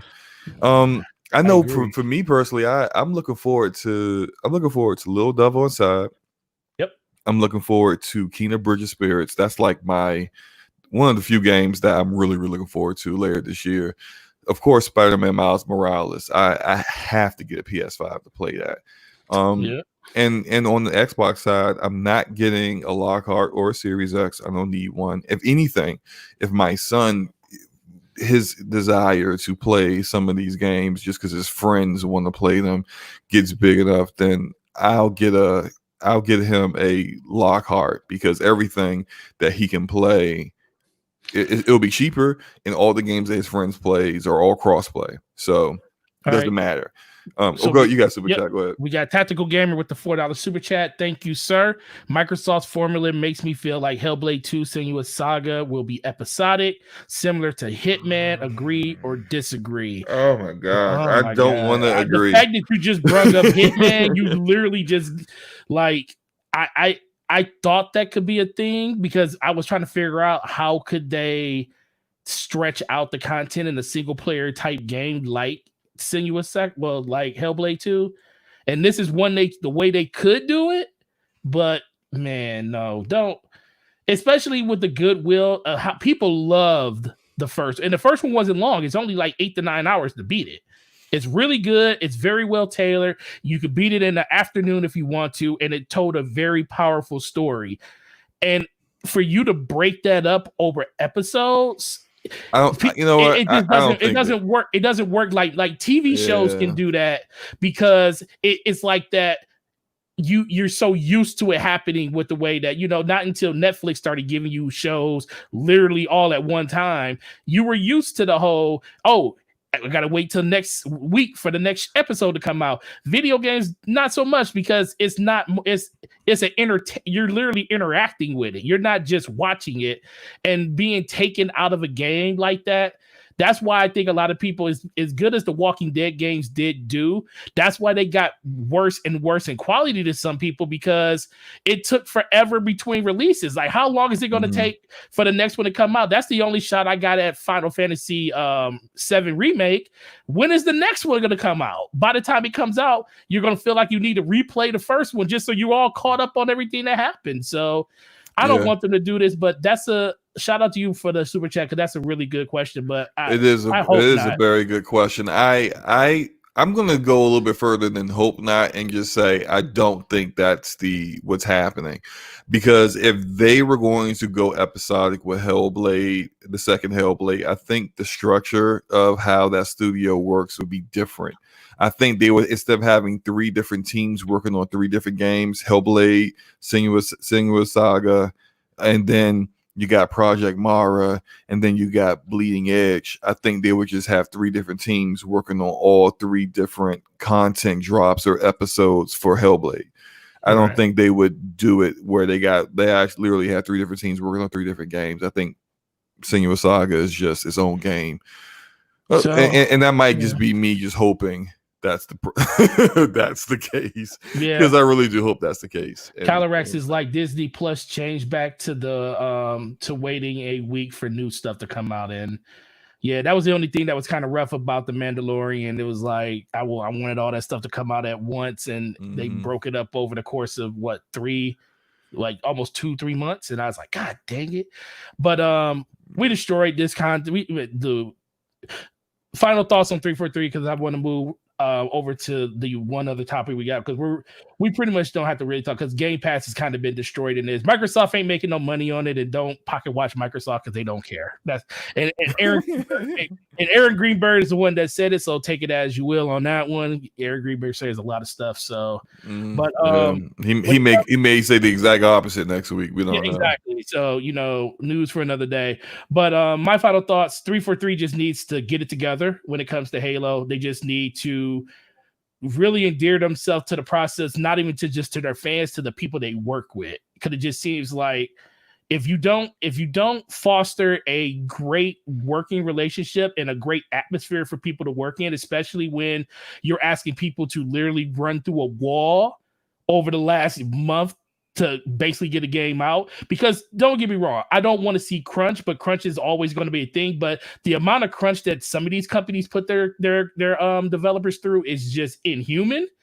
And this on top of that doesn't make it any better. People will crunch if the work experience in their work environment and work-life balance is great for the most part throughout the process. And I just want to see them get back to a point where we just believe in Halo, because I don't believe in 343, and I've been very vocal with that. Slow, you got anything else you want to add before we move on to the final one? No, nothing. I think I got all my bars out before, and you got everything out, man. Oh, yeah.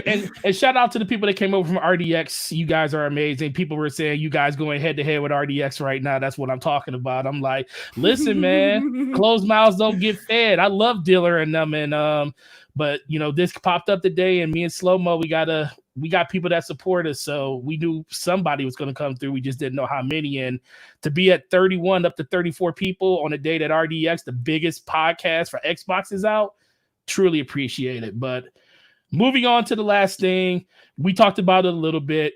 It looks like Ubisoft might be getting better games because they literally threw some trash out. So what do you think, Slow Mo? Oh boy. You go first this time. You go first. Let me gather my thoughts. Yeah. Gather your thoughts on this. Mm-hmm. So I always wondered why, for this one particular reason, the Ubisoft formula.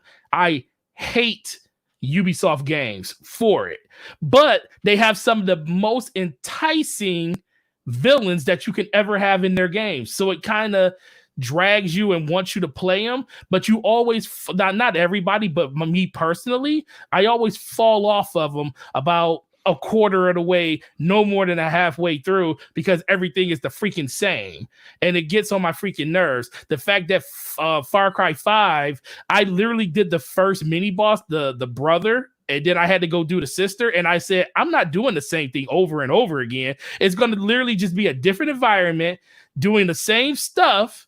And all I'm gonna do is beat her or kill her and move on to the third brother. So I'm like, no, I'm not doing this, and I just stopped playing it. So it's been a lot of stuff going on with harassment and everything over at Ubisoft and everything, and mostly due to the person, I forget the person that, what's his name, Slow-Mo?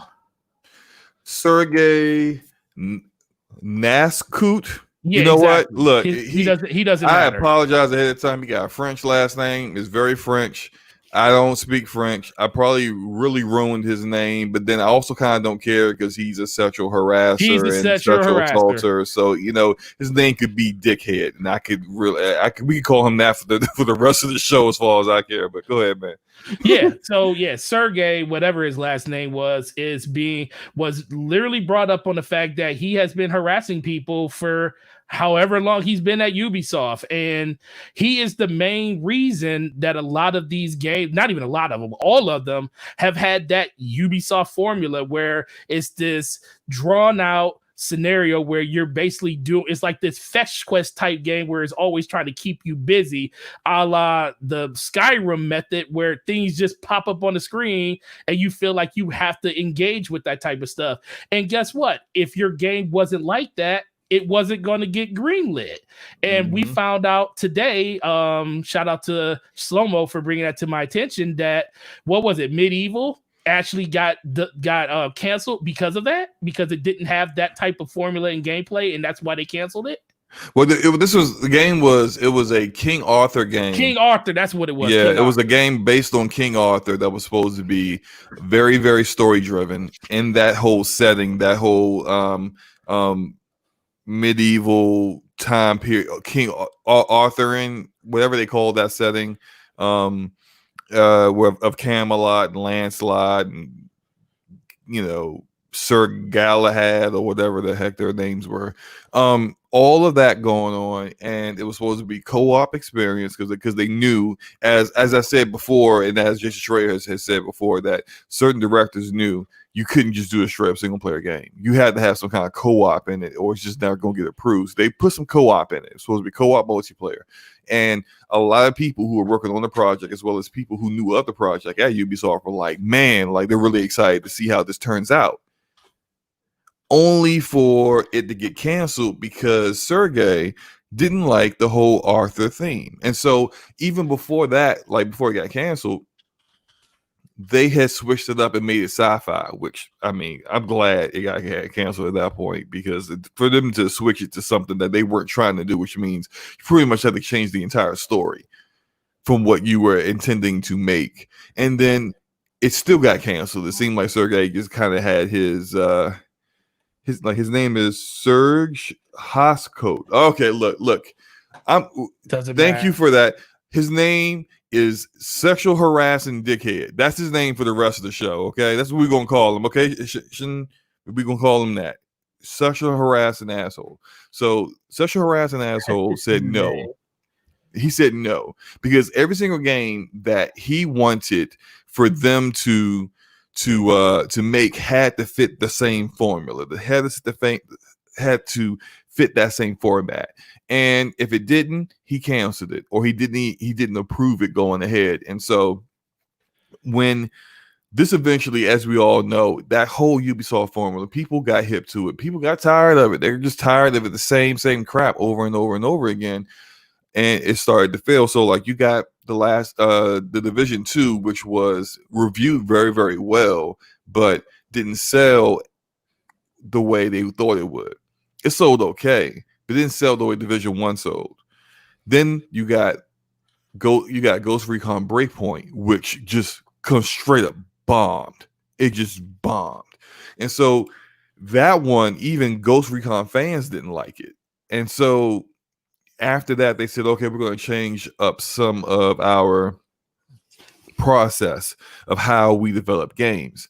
So they finally switched from having sexual harassing asshole being the main guy doing all the decision of approving and canceling, to splitting it up to multiple creative directors making those decisions. But all the people that they appointed for those places were all like his subordinates.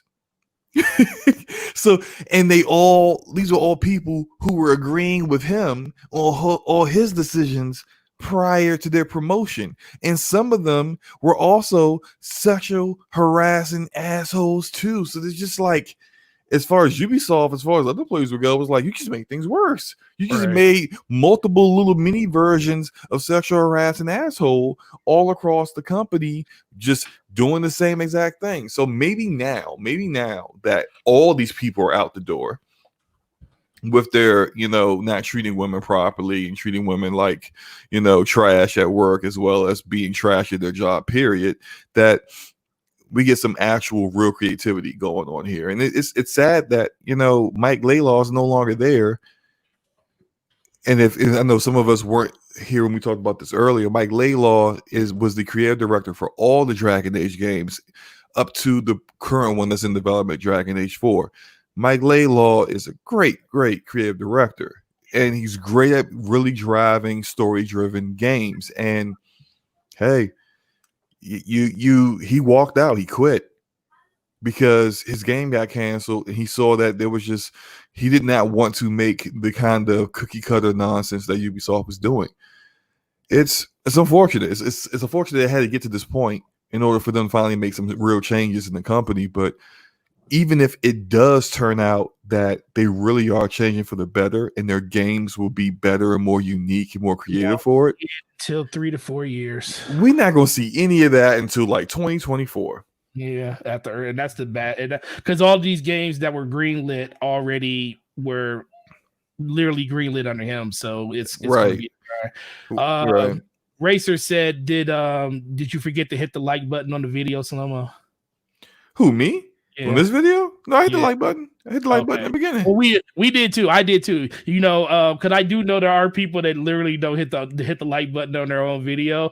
I'm gonna tell you, as soon as I upload a video and post it, I instantly go in there and hit the like button. So I already know I got to one like. I have to do that. I get 6 people watching my videos. Okay, so like I have to hit the like button to make sure that at least I get one like in there. Right. Well, hey, that's funny, man. He recently, I forgot the grounded. Fonz was like, Ghost of Tsushima is Assassin's Creed. He says that's Tsushima is better. You're right. It is. I would agree. Yeah, never look, man. I finally I took a $25 gift card. My wife got it for me for my birthday from Amazon. And since you could never, like, when it came out, I was out of town in Tennessee, so I couldn't buy it. And it sold out at my store. So when I got back home, I was like, God dang it. And this game you just can't find it. You can't find a physical copy of it. So literally this morning, I woke up and I was like, man, let me just spend this $25 gift card on Amazon. Went to the website and bought $25 in PlayStation currency. And then I put that on my system and put the rest on my card. So I will be playing Ghost of Tsushima tonight because I keep hearing such good things about it. And yeah, man, but Fonz, you probably right. I'll have a better understanding of that probably tomorrow when I go through about 5 hours of it. But but when it comes to this Ubisoft thing, man, it's disheartening to know that this is something that literally is happening at these million and $1 trillion companies and stuff. But we also know that people that are in charge don't know how to utilize their power. Well, they do know how to utilize it. They just utilize it in the wrong way. And all this did was basically hurt their games over the course of all this generation to an extent because, you know, their games have been monikered as, oh my God, another game that's going to be just like the last one. You know, right. It doesn't matter what game it is. Like when me and Slomo were watching Watch Dogs Legion, even though that's completely cool take on what they're doing with Watch Dogs, the first thing we said during that stream was, yeah, this is really interesting. I'm definitely going to play day one. I guess I got to get ready for that Ubisoft formula. Yeah. Because it's the same thing over and over again. Even though it's a little bit different with this one, where you could be anyone. You could recruit anyone, and it can change the way you do certain missions. So I kind of feel like Watch Dogs Legion has really got, I don't know, maybe one of the creative director for that game got, you know, went to the higher ups, the CEO and the board, and was like, approve my game, damn it. You know, I don't know, but that Ubisoft's a very interesting company because they have this organizational structure where they're actually a family business. Yep. And the CEO is one of, like, I think 5 or 6 brothers that own the company, and his brothers are on the board, and they seem to, up until recently, to be very, very hands off. Like they just allowed the people that did the work, all the other directors, to just do their jobs, which is great. Mm-hmm. But then, as we kind of talked about with Xbox and with 343, it's great to a point. Yeah. Sometimes you got to actually put your foot down and do certain things. And this dude, you know, sexual harassing asshole, was a good friend of them. He had been there since they first started the company. He was a tester for them when they first started the company. And so this guy's been with them for decades. He was a good friend, and apparently the way the guy operated, like banging his head on the table whenever he didn't like pitch ideas from development teams, just, you know, talking about the way he was. I'm not even going to repeat some of the stuff that was in the articles about what he would say about female employees that work there. It's just disgusting. And so, like, you can see someone really show their ass and really show the kind of person that they are when they feel like they're untouchable, when they feel like there's no repercussions for their actions. Especially they become even more emboldened when certain people go to HR, they complain about them, and there are no consequences to that. If anything, the person that complained gets punished more than this guy. And so at that point, hey, not only do I get to do what I want, there's no repercussions out of it. None of the guys higher up are even paying attention to what I'm doing, nor do they care. So, you know, that's a really bad, toxic work environment. And I'm not going to say it's wholly completely unique to Ubisoft, because we hear some stories every now and then from similar situations happening in other publishers and developers, but it seems like it just got really bad here and in this situation. It was just like that perfect storm of ugh. Like, it's a perfect storm of just awfulness. Yeah, I mean, I don't want to harp on it too much. I know we talked about it already, but like we hope this turns into, better games for us overall, as well as a better work environment for the people who work there, that they can be able to do the best work they want to do, as well as not get sexually harassed or assaulted just for showing up to work and wearing something they wanted to wear that day. Like, that stuff's got to stop all across the board. Yeah. Shout out to let me see, Artemis. He says, what 343 in trouble for showing an old build and won't release in 4 months? Brother, if you haven't heard everything that happened today with 343, that 4-month-old build ain't nowhere near what the problem is anymore. Right. It's a little bit deeper than that. So, but we talk about that. I'm not surprised that they released they showed us a build from 7 months ago. And after what we heard today. After everything that I've heard today, that makes perfect sense. Yep. Racer X Gundam says, Forte, are you still saying that Xbox will outsell PlayStation because of the shortage and stuff? Because if you did, you can hit it off the pipe. I can get that good stuff. Listen, bro, I told Slow-Mo, and Slow-Mo knows I normally don't back off of something like a commitment that I said.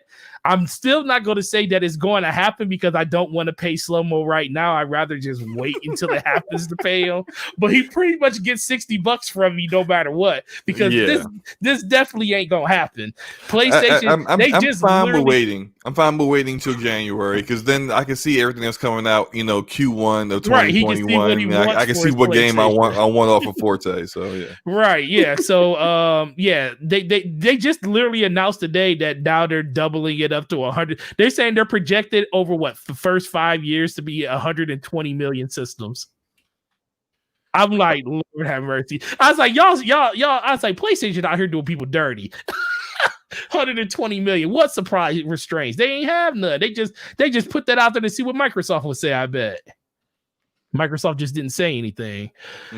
So no, I pretty much lost that bet, sir. So I'm gonna eat that one. Outside of that, man, what do you? I don't know, man. This Ubisoft thing is kind of crazy, but I mean, only time will tell. I mean, the games are going to be good. Like I said, that Watch Dog trailer got me super excited just because of the opening cinematic that they used, which was really, really creative. And that's the one thing I like about developers, when they can do something that I've never seen anybody else do. Like, they literally did a short before they announced their video, and that was something that is something that I'm super excited for. Yeah. So, all right, Big Mike, I'll give you a close up. So, a bunch of GlassDoor reviews came out. If you don't know what GlassDoor is a review site and interviewing site that you can go to for job employments and stuff like that. And you can also do exit interviews in there, and people put up a bunch of reviews of their time working at 343. These are people that work there from anywhere from 6 months to a year. Dating all the way back as early as late as February this year, back to July of last year. And basically, they're just talking about how it's just dysfunction all over the place at the developer, how the work environment isn't the greatest, how crunch has always been a thing when it comes to these bigger developers, and 343 isn't exempt to that. It just seems like they're even worse at managing it. And it's just this, and then looking at the game being in a 4-month dev cycle where they had to put out a demo that was back from January, kind of makes sense. So when this video uploads, you're going to see a link, because I'm going to link it to the description. Actually, if you want to check out a really, really good read of it, it's available on the Halo subreddit, but our man Rich from Review Tech USA did a really good video. He literally goes through all 3 of the articles not articles, but of the statements that were made. I'm gonna link that down in the description so people can check that out too, because he did a really good job breaking it down. And he gives you really good information on what's going on there. But that's pretty much the gist of it. And outside of that, Racer X is completely right. Everybody hates 343 right now because they literally are messing up one of the best franchises that Microsoft has ever had, and that's the problem right now.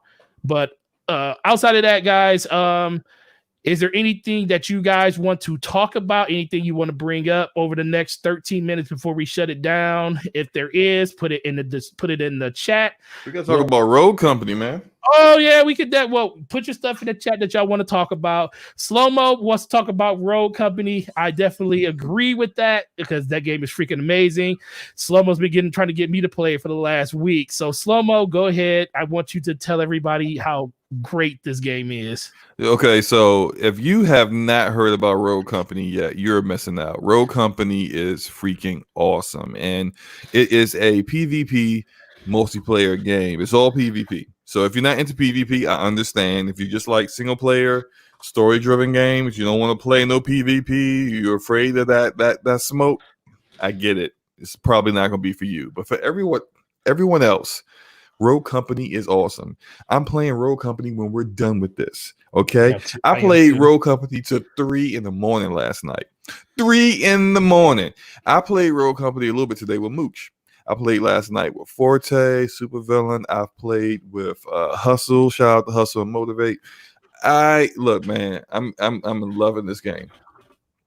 It is very similar to. They take a lot of different elements of other games like Fortnite with the coming out of the ship to land into the map.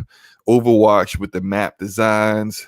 It has. I really feel like they really, because it's running on the Unreal Engine 4. I really feel like they just borrow Epic's animations for some of the movement, because a lot of the movement is very similar to Fortnite, but the gunplay is tight. And I did a video on the developer. So like it's being developed by Hi-Res Studios, but Hi-Res Studios like a bigger like conglomerate of studios. The actual studio working on Rogue Company is First Watch Games. And First Watch Games, they are, a lot of their directors are former esport champion like players, like guys who understand what people are looking for in a competitive shooter where you have content that people consume over and over and over again. They get it. And there's like amazing balancing with the characters. And if you play something like Overwatch before, you know, you get like these characters where they're all very unique and they have like a special ability that no one else has. They have that here in Rogue Company, but it's not as over the top as Overwatch is. It's more subdued, but everyone has their own weapons, their own guns, their own perks that you can unlock throughout each round. So you'll get in and you'll get like a certain amount of money to unlock which weapons you want to go in with. And after that round, depending on how you did, if you did great, cool, you get more points. If you didn't do that great, you get some points. I mean, some money, but then you just use that to further unlock more perks. It's 4v4 right now. There are 2 different modes. They got 2 more modes coming too, actually. One of them is called Extraction. I think that's 2v2.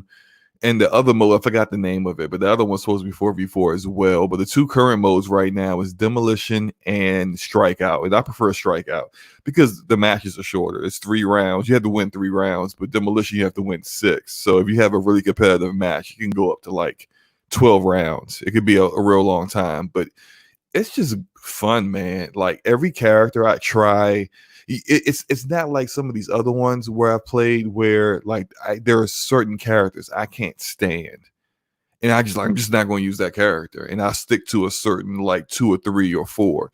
Every character I've tried in Rogue Company, I like. Now, I like some more than others. I like Phantom the most because I like to just gun people down and with that DMR.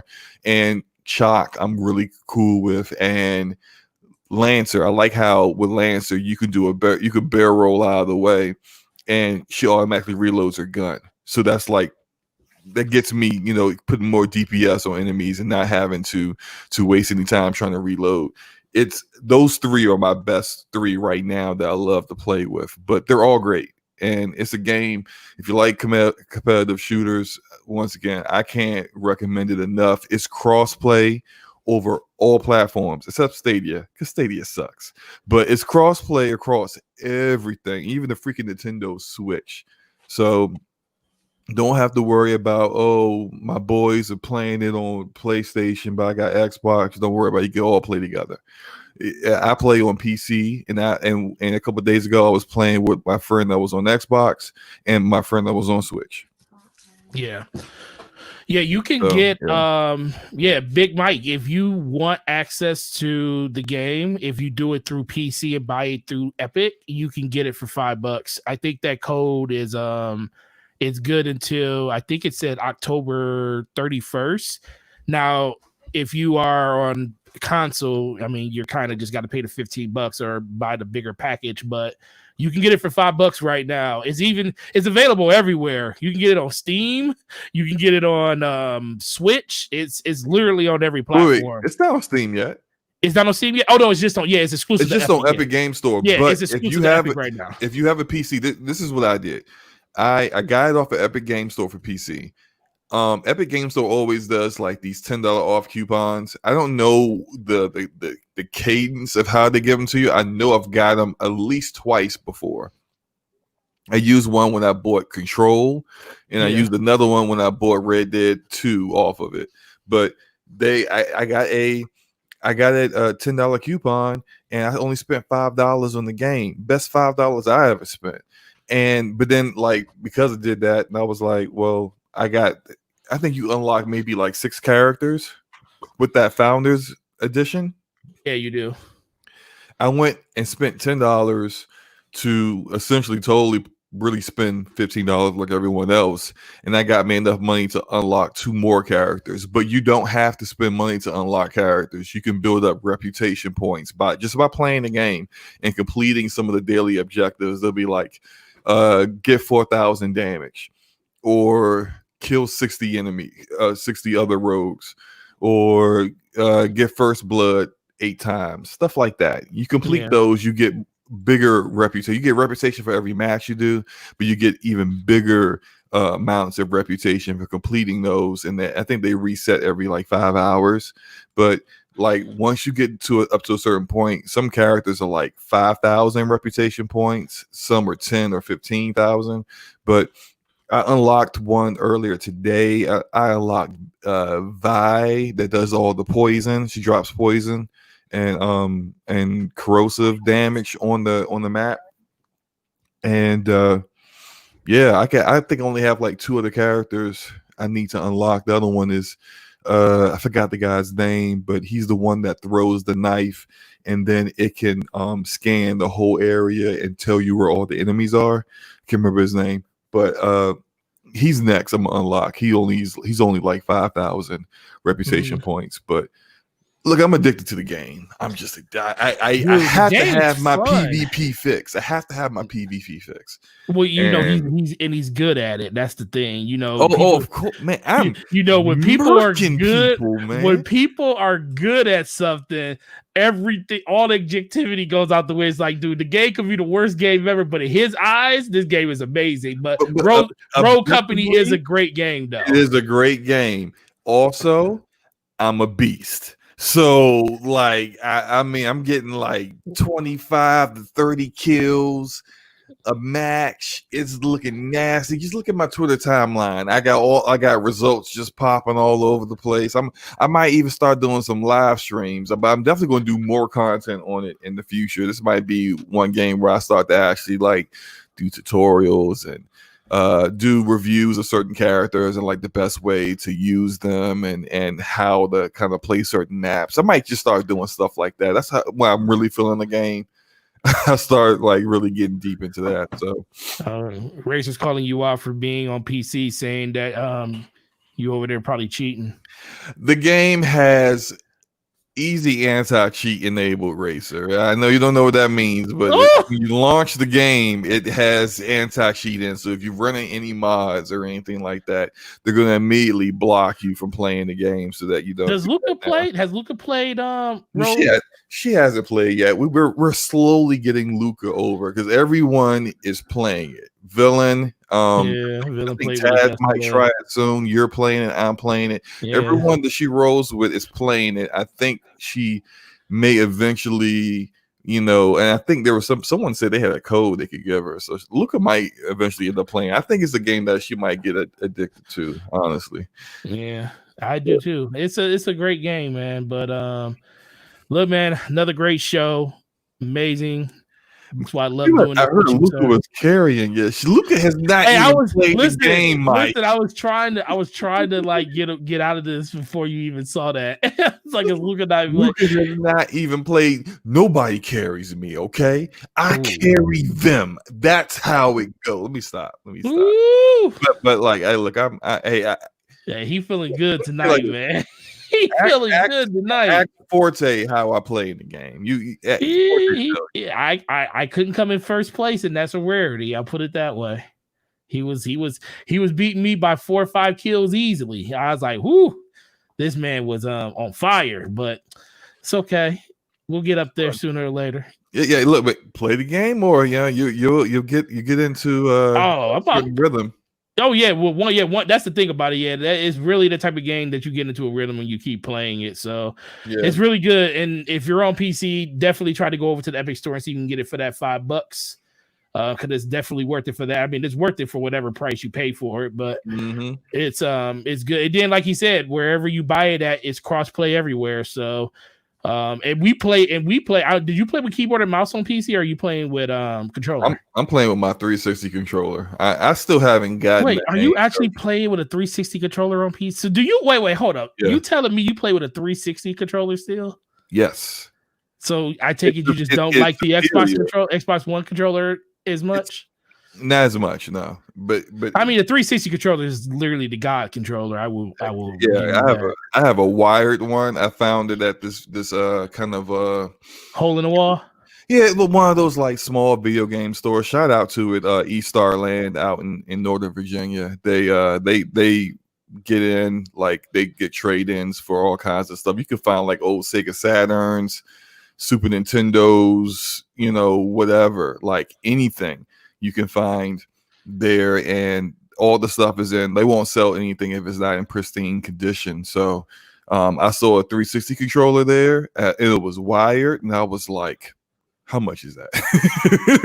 Because whatever the price is, I'm buying it. So yeah. Oh my god. Yeah, I don't do mouse. I don't do mouse and keyboard. He said it's the tool of gods. Racer said it's the tool of gods. Why aren't you using the mouse and keyboard? Because I want to win.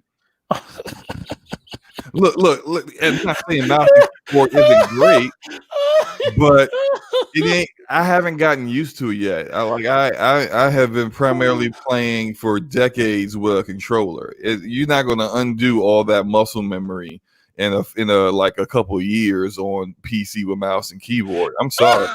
I want to win.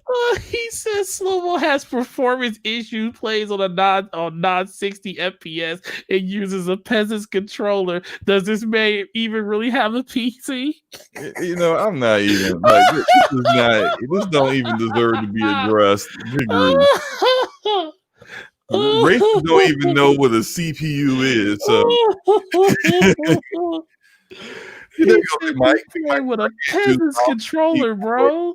I struggle with keyboard and mouse. I feel your pain. Matter of fact, Forte don't play with no mouse and keyboard either. So yeah, I do play with mouse and keyboard. I play controller more because I switch back and forth between console a lot. Okay, so when you was playing with me, Road Company last night, you were using mouse and keyboard? No comment. Oh, thank you. So okay, I'm not the one up here bloviating about how good they are at the game either, though. Hold. Isn't it said that like mouse and keyboard is superior to? It is superior. I'm dominating in the game with a controller. Well, that's just because you're dominating people that aren't good with a keyboard and mouse. Oh, hey, well, look, I can't help them. Okay, I can't help them be better. Or they might be controller players. You never know. He said, "Stop using the kids' computer in the library, Slow-Mo. They trying to learn." Hey, look, man, they got multiple terminals. It's all good. Oh my god! Go to the next one, kid. He's only there for Fortnite anyway. Oh my god! Yes, I yes. Plead the fifth, Big Mike. Plead the fifth. He was playing with his Xbox One. I was playing with my Elite controller. Elite controller at that, yeah. I can't play with any other controller. That's the only controller I can play. That's why I own 2 of them. And this is actually an authentic 360 controller, because now, like, you really can't. They don't make these anymore, so it's really hard to find them. You could go online and find like the knockoff ones that look exactly like it, but it's not made by Microsoft. It's very third party, and I heard they got dead zones for days. So shit. If this one dies on me, if it like the thumbsticks break or a button sticks or whatever, I'll probably pop it open and fix it before I decide to move on. I was going to get like the Xbox Series X controller with the share button, and because I just want to try it out. Well, you are going to get it when it. Are you buying the Series X when it comes out, or are you just sticking PC? No, I'm not sticking with PC. I have no reason to get a Series X. Oh, I got you. Yeah. I can choose which frame rate I want to play. So you don't want to play. So basically, what you're saying is you're not going to play Destiny with your family on console anymore. You know, you got look. I still have my One X. But we ain't gonna want to play. You gonna be low. Oh, see, y'all shaming me now. All console shaming, sir. Yeah, that's exactly what this is called. Look. I'll play at 30 frames with you guys on console. And then you're gonna be complaining the whole time like I was. Look, that's temporary. I know you're thinking, like, okay, yeah, there's gonna be like a certain month of time before that game is available like that. Oh, then I'm gone. PC. And then I'm gone. And the crossplay is there. Crossplay is coming, but it ain't coming to next year. Yeah, I'm gone. When that literally when that happens, I'm gone. So essentially, you're buying a Series X to play one game for less than a year. Yes, I am. So likely $500 you're spending for less than a year of play. It'll still be because normally I buy 2. I would buy one for me and one for my daughter. All I'll do is just transition that one to my daughter so she can have it in the living room when that does happen. Yeah. So Artemis, it was still good use. It's not just that some of those games that's been happening. Yeah. Game Pass is not it's very different. Let me just say it is very different from console Game Pass. Like when Devil May Cry 5 came on Game Pass, it didn't come on PC Game Pass. Destiny isn't going to be on there until next year. I think it's like right now it's like 200 and something plus games on Xbox Game Pass, and PC Game Pass is still like less than 100. It's like 75, close to 100. But there are also games on PC Game Pass that you don't get on console. A lot of them are like the city builder kind of games, RTS games. Frostpunk, is that on console Game Pass? It is. There's a console version that's different. I haven't tried it. Yeah, I haven't tried it either. Frostpunk is awesome, by the way. It is a fun game. When I played it when it came out, I first played it on. It was on Origin Premiere when I first played it, but then it showed up on Game Pass after I was done with it. But yeah, if that's still up on Game Pass, try it out. That's a really good game. It's a lot of fun for me, at least. But. Lord, he said you are literally bodying up your own kids in the game just so you get your kill count up. let those kids have a chance and use a good controller and not that Mac. Yo, man, I treat all people that I come up against like my kids. You're right. It is like I'm bodying somebody's kids or my kids, because that's how badly I'm destroying people in this game. Let me stop before people see me. No, let's get like first. Okay, let me save you from yourself. Let me save Slobo for himself. This has been an amazing episode, guys. I really truly appreciate you guys coming through. We went head to head with RDX and did pretty well, and I mean, shout out to them. They probably had over 3,000 to 4,000 people watching, so we only had 1% of the viewer base. So, but this was really cool. Shout out to Slow-Mo for coming through and enjoying the stream with me, man. Slow-Mo, tell the people where they can find you at, man. Yo, thank you for having me on again, Forte. Thanks for the chat. Yo, we got up to like what? Like it was a lot of people here. It's like 40, 44, 45. That's what I'm talking about. Yeah. You guys can check me on my own YouTube channel, Slow Mo Backslap, as the name says on under my icon. And my channel is just focused on games of all platforms. Doesn't matter where they are. And I like to focus a lot on smaller games too, that look great and play great, like Rogue Company, and as well as talk about what's going on in the gaming community overall. So if you like my opinions, because I'm right 99% of the time, so you should like it. You should come check me out until he gets on Scumcast and Luca puts him in his place. Oh, whatever, man. Luca kick rocks. Kick pebbles, actually, because she's small, so she can kick pebbles. Oh God. Oh, speaking of which, with Luca, she is thinking about doing a tier list for the join button, and she's getting some really good feedback on what the tiers should be. So if you guys want to be part of that conversation, go DM her and say, hey, I think you should do this as a tier list. I think she's looking for all types of feedback on it. So that would be a good way for you guys to try to be a part of the community and helping her foster what those tiers are going to be. So DM her, let her know what you think they should be. And she's taking all considerations to heart right now. Yep. Our Artemis says, okay, it's a license issue, so I'll wait for it to come to PC. Waiting for games is all depends upon, I would say, your level of interest in that game and whether you have other options. Now, when it comes to me and Forte talking about Destiny, I still have my Xbox One X, so I still have access to that game on consoles. And when they say they're enabling crossplay next year, and I'm like, well, I don't need to spend $500 on the Xbox, at least $500 on the Xbox Series X, in order to play that at 60 frames per second. I've been doing that on my PC, and I'll keep doing that. And then just, whenever I do play that game with people on Xbox, I'll deal with the 30 frames, unfortunately. But that's only for a limited time period. I'm just not going to spend $500+ to play something at higher frames for 6 months. Absolutely. Now, when it comes to other games, like when it came to like Final Fantasy VII Remake, I wasn't waiting for that to come to Xbox or PC. I got that on my PS4 day freaking one because I'm a big Final Fantasy fan, and there was no waiting for me. But some people, like Artemis, for him, Final Fantasy VII is something he can wait for. I get that. If you're not that big into the game and like, hey, that's something I might want to play, but I'm not going to go buy a $400 PS4 Pro to go do it. Makes sense to me. But if you want it, you don't wait. Which is why Forte ain't gonna wait. He's just gonna get a Series X and play on consoles with his console peeps at 60 frames per second. Yep. What it is.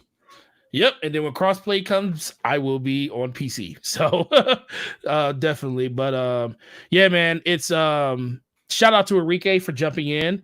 He already dropped his stuff earlier, but in case you wasn't here, Basement Radio Podcast, that is every Wednesday night at 9 p.m.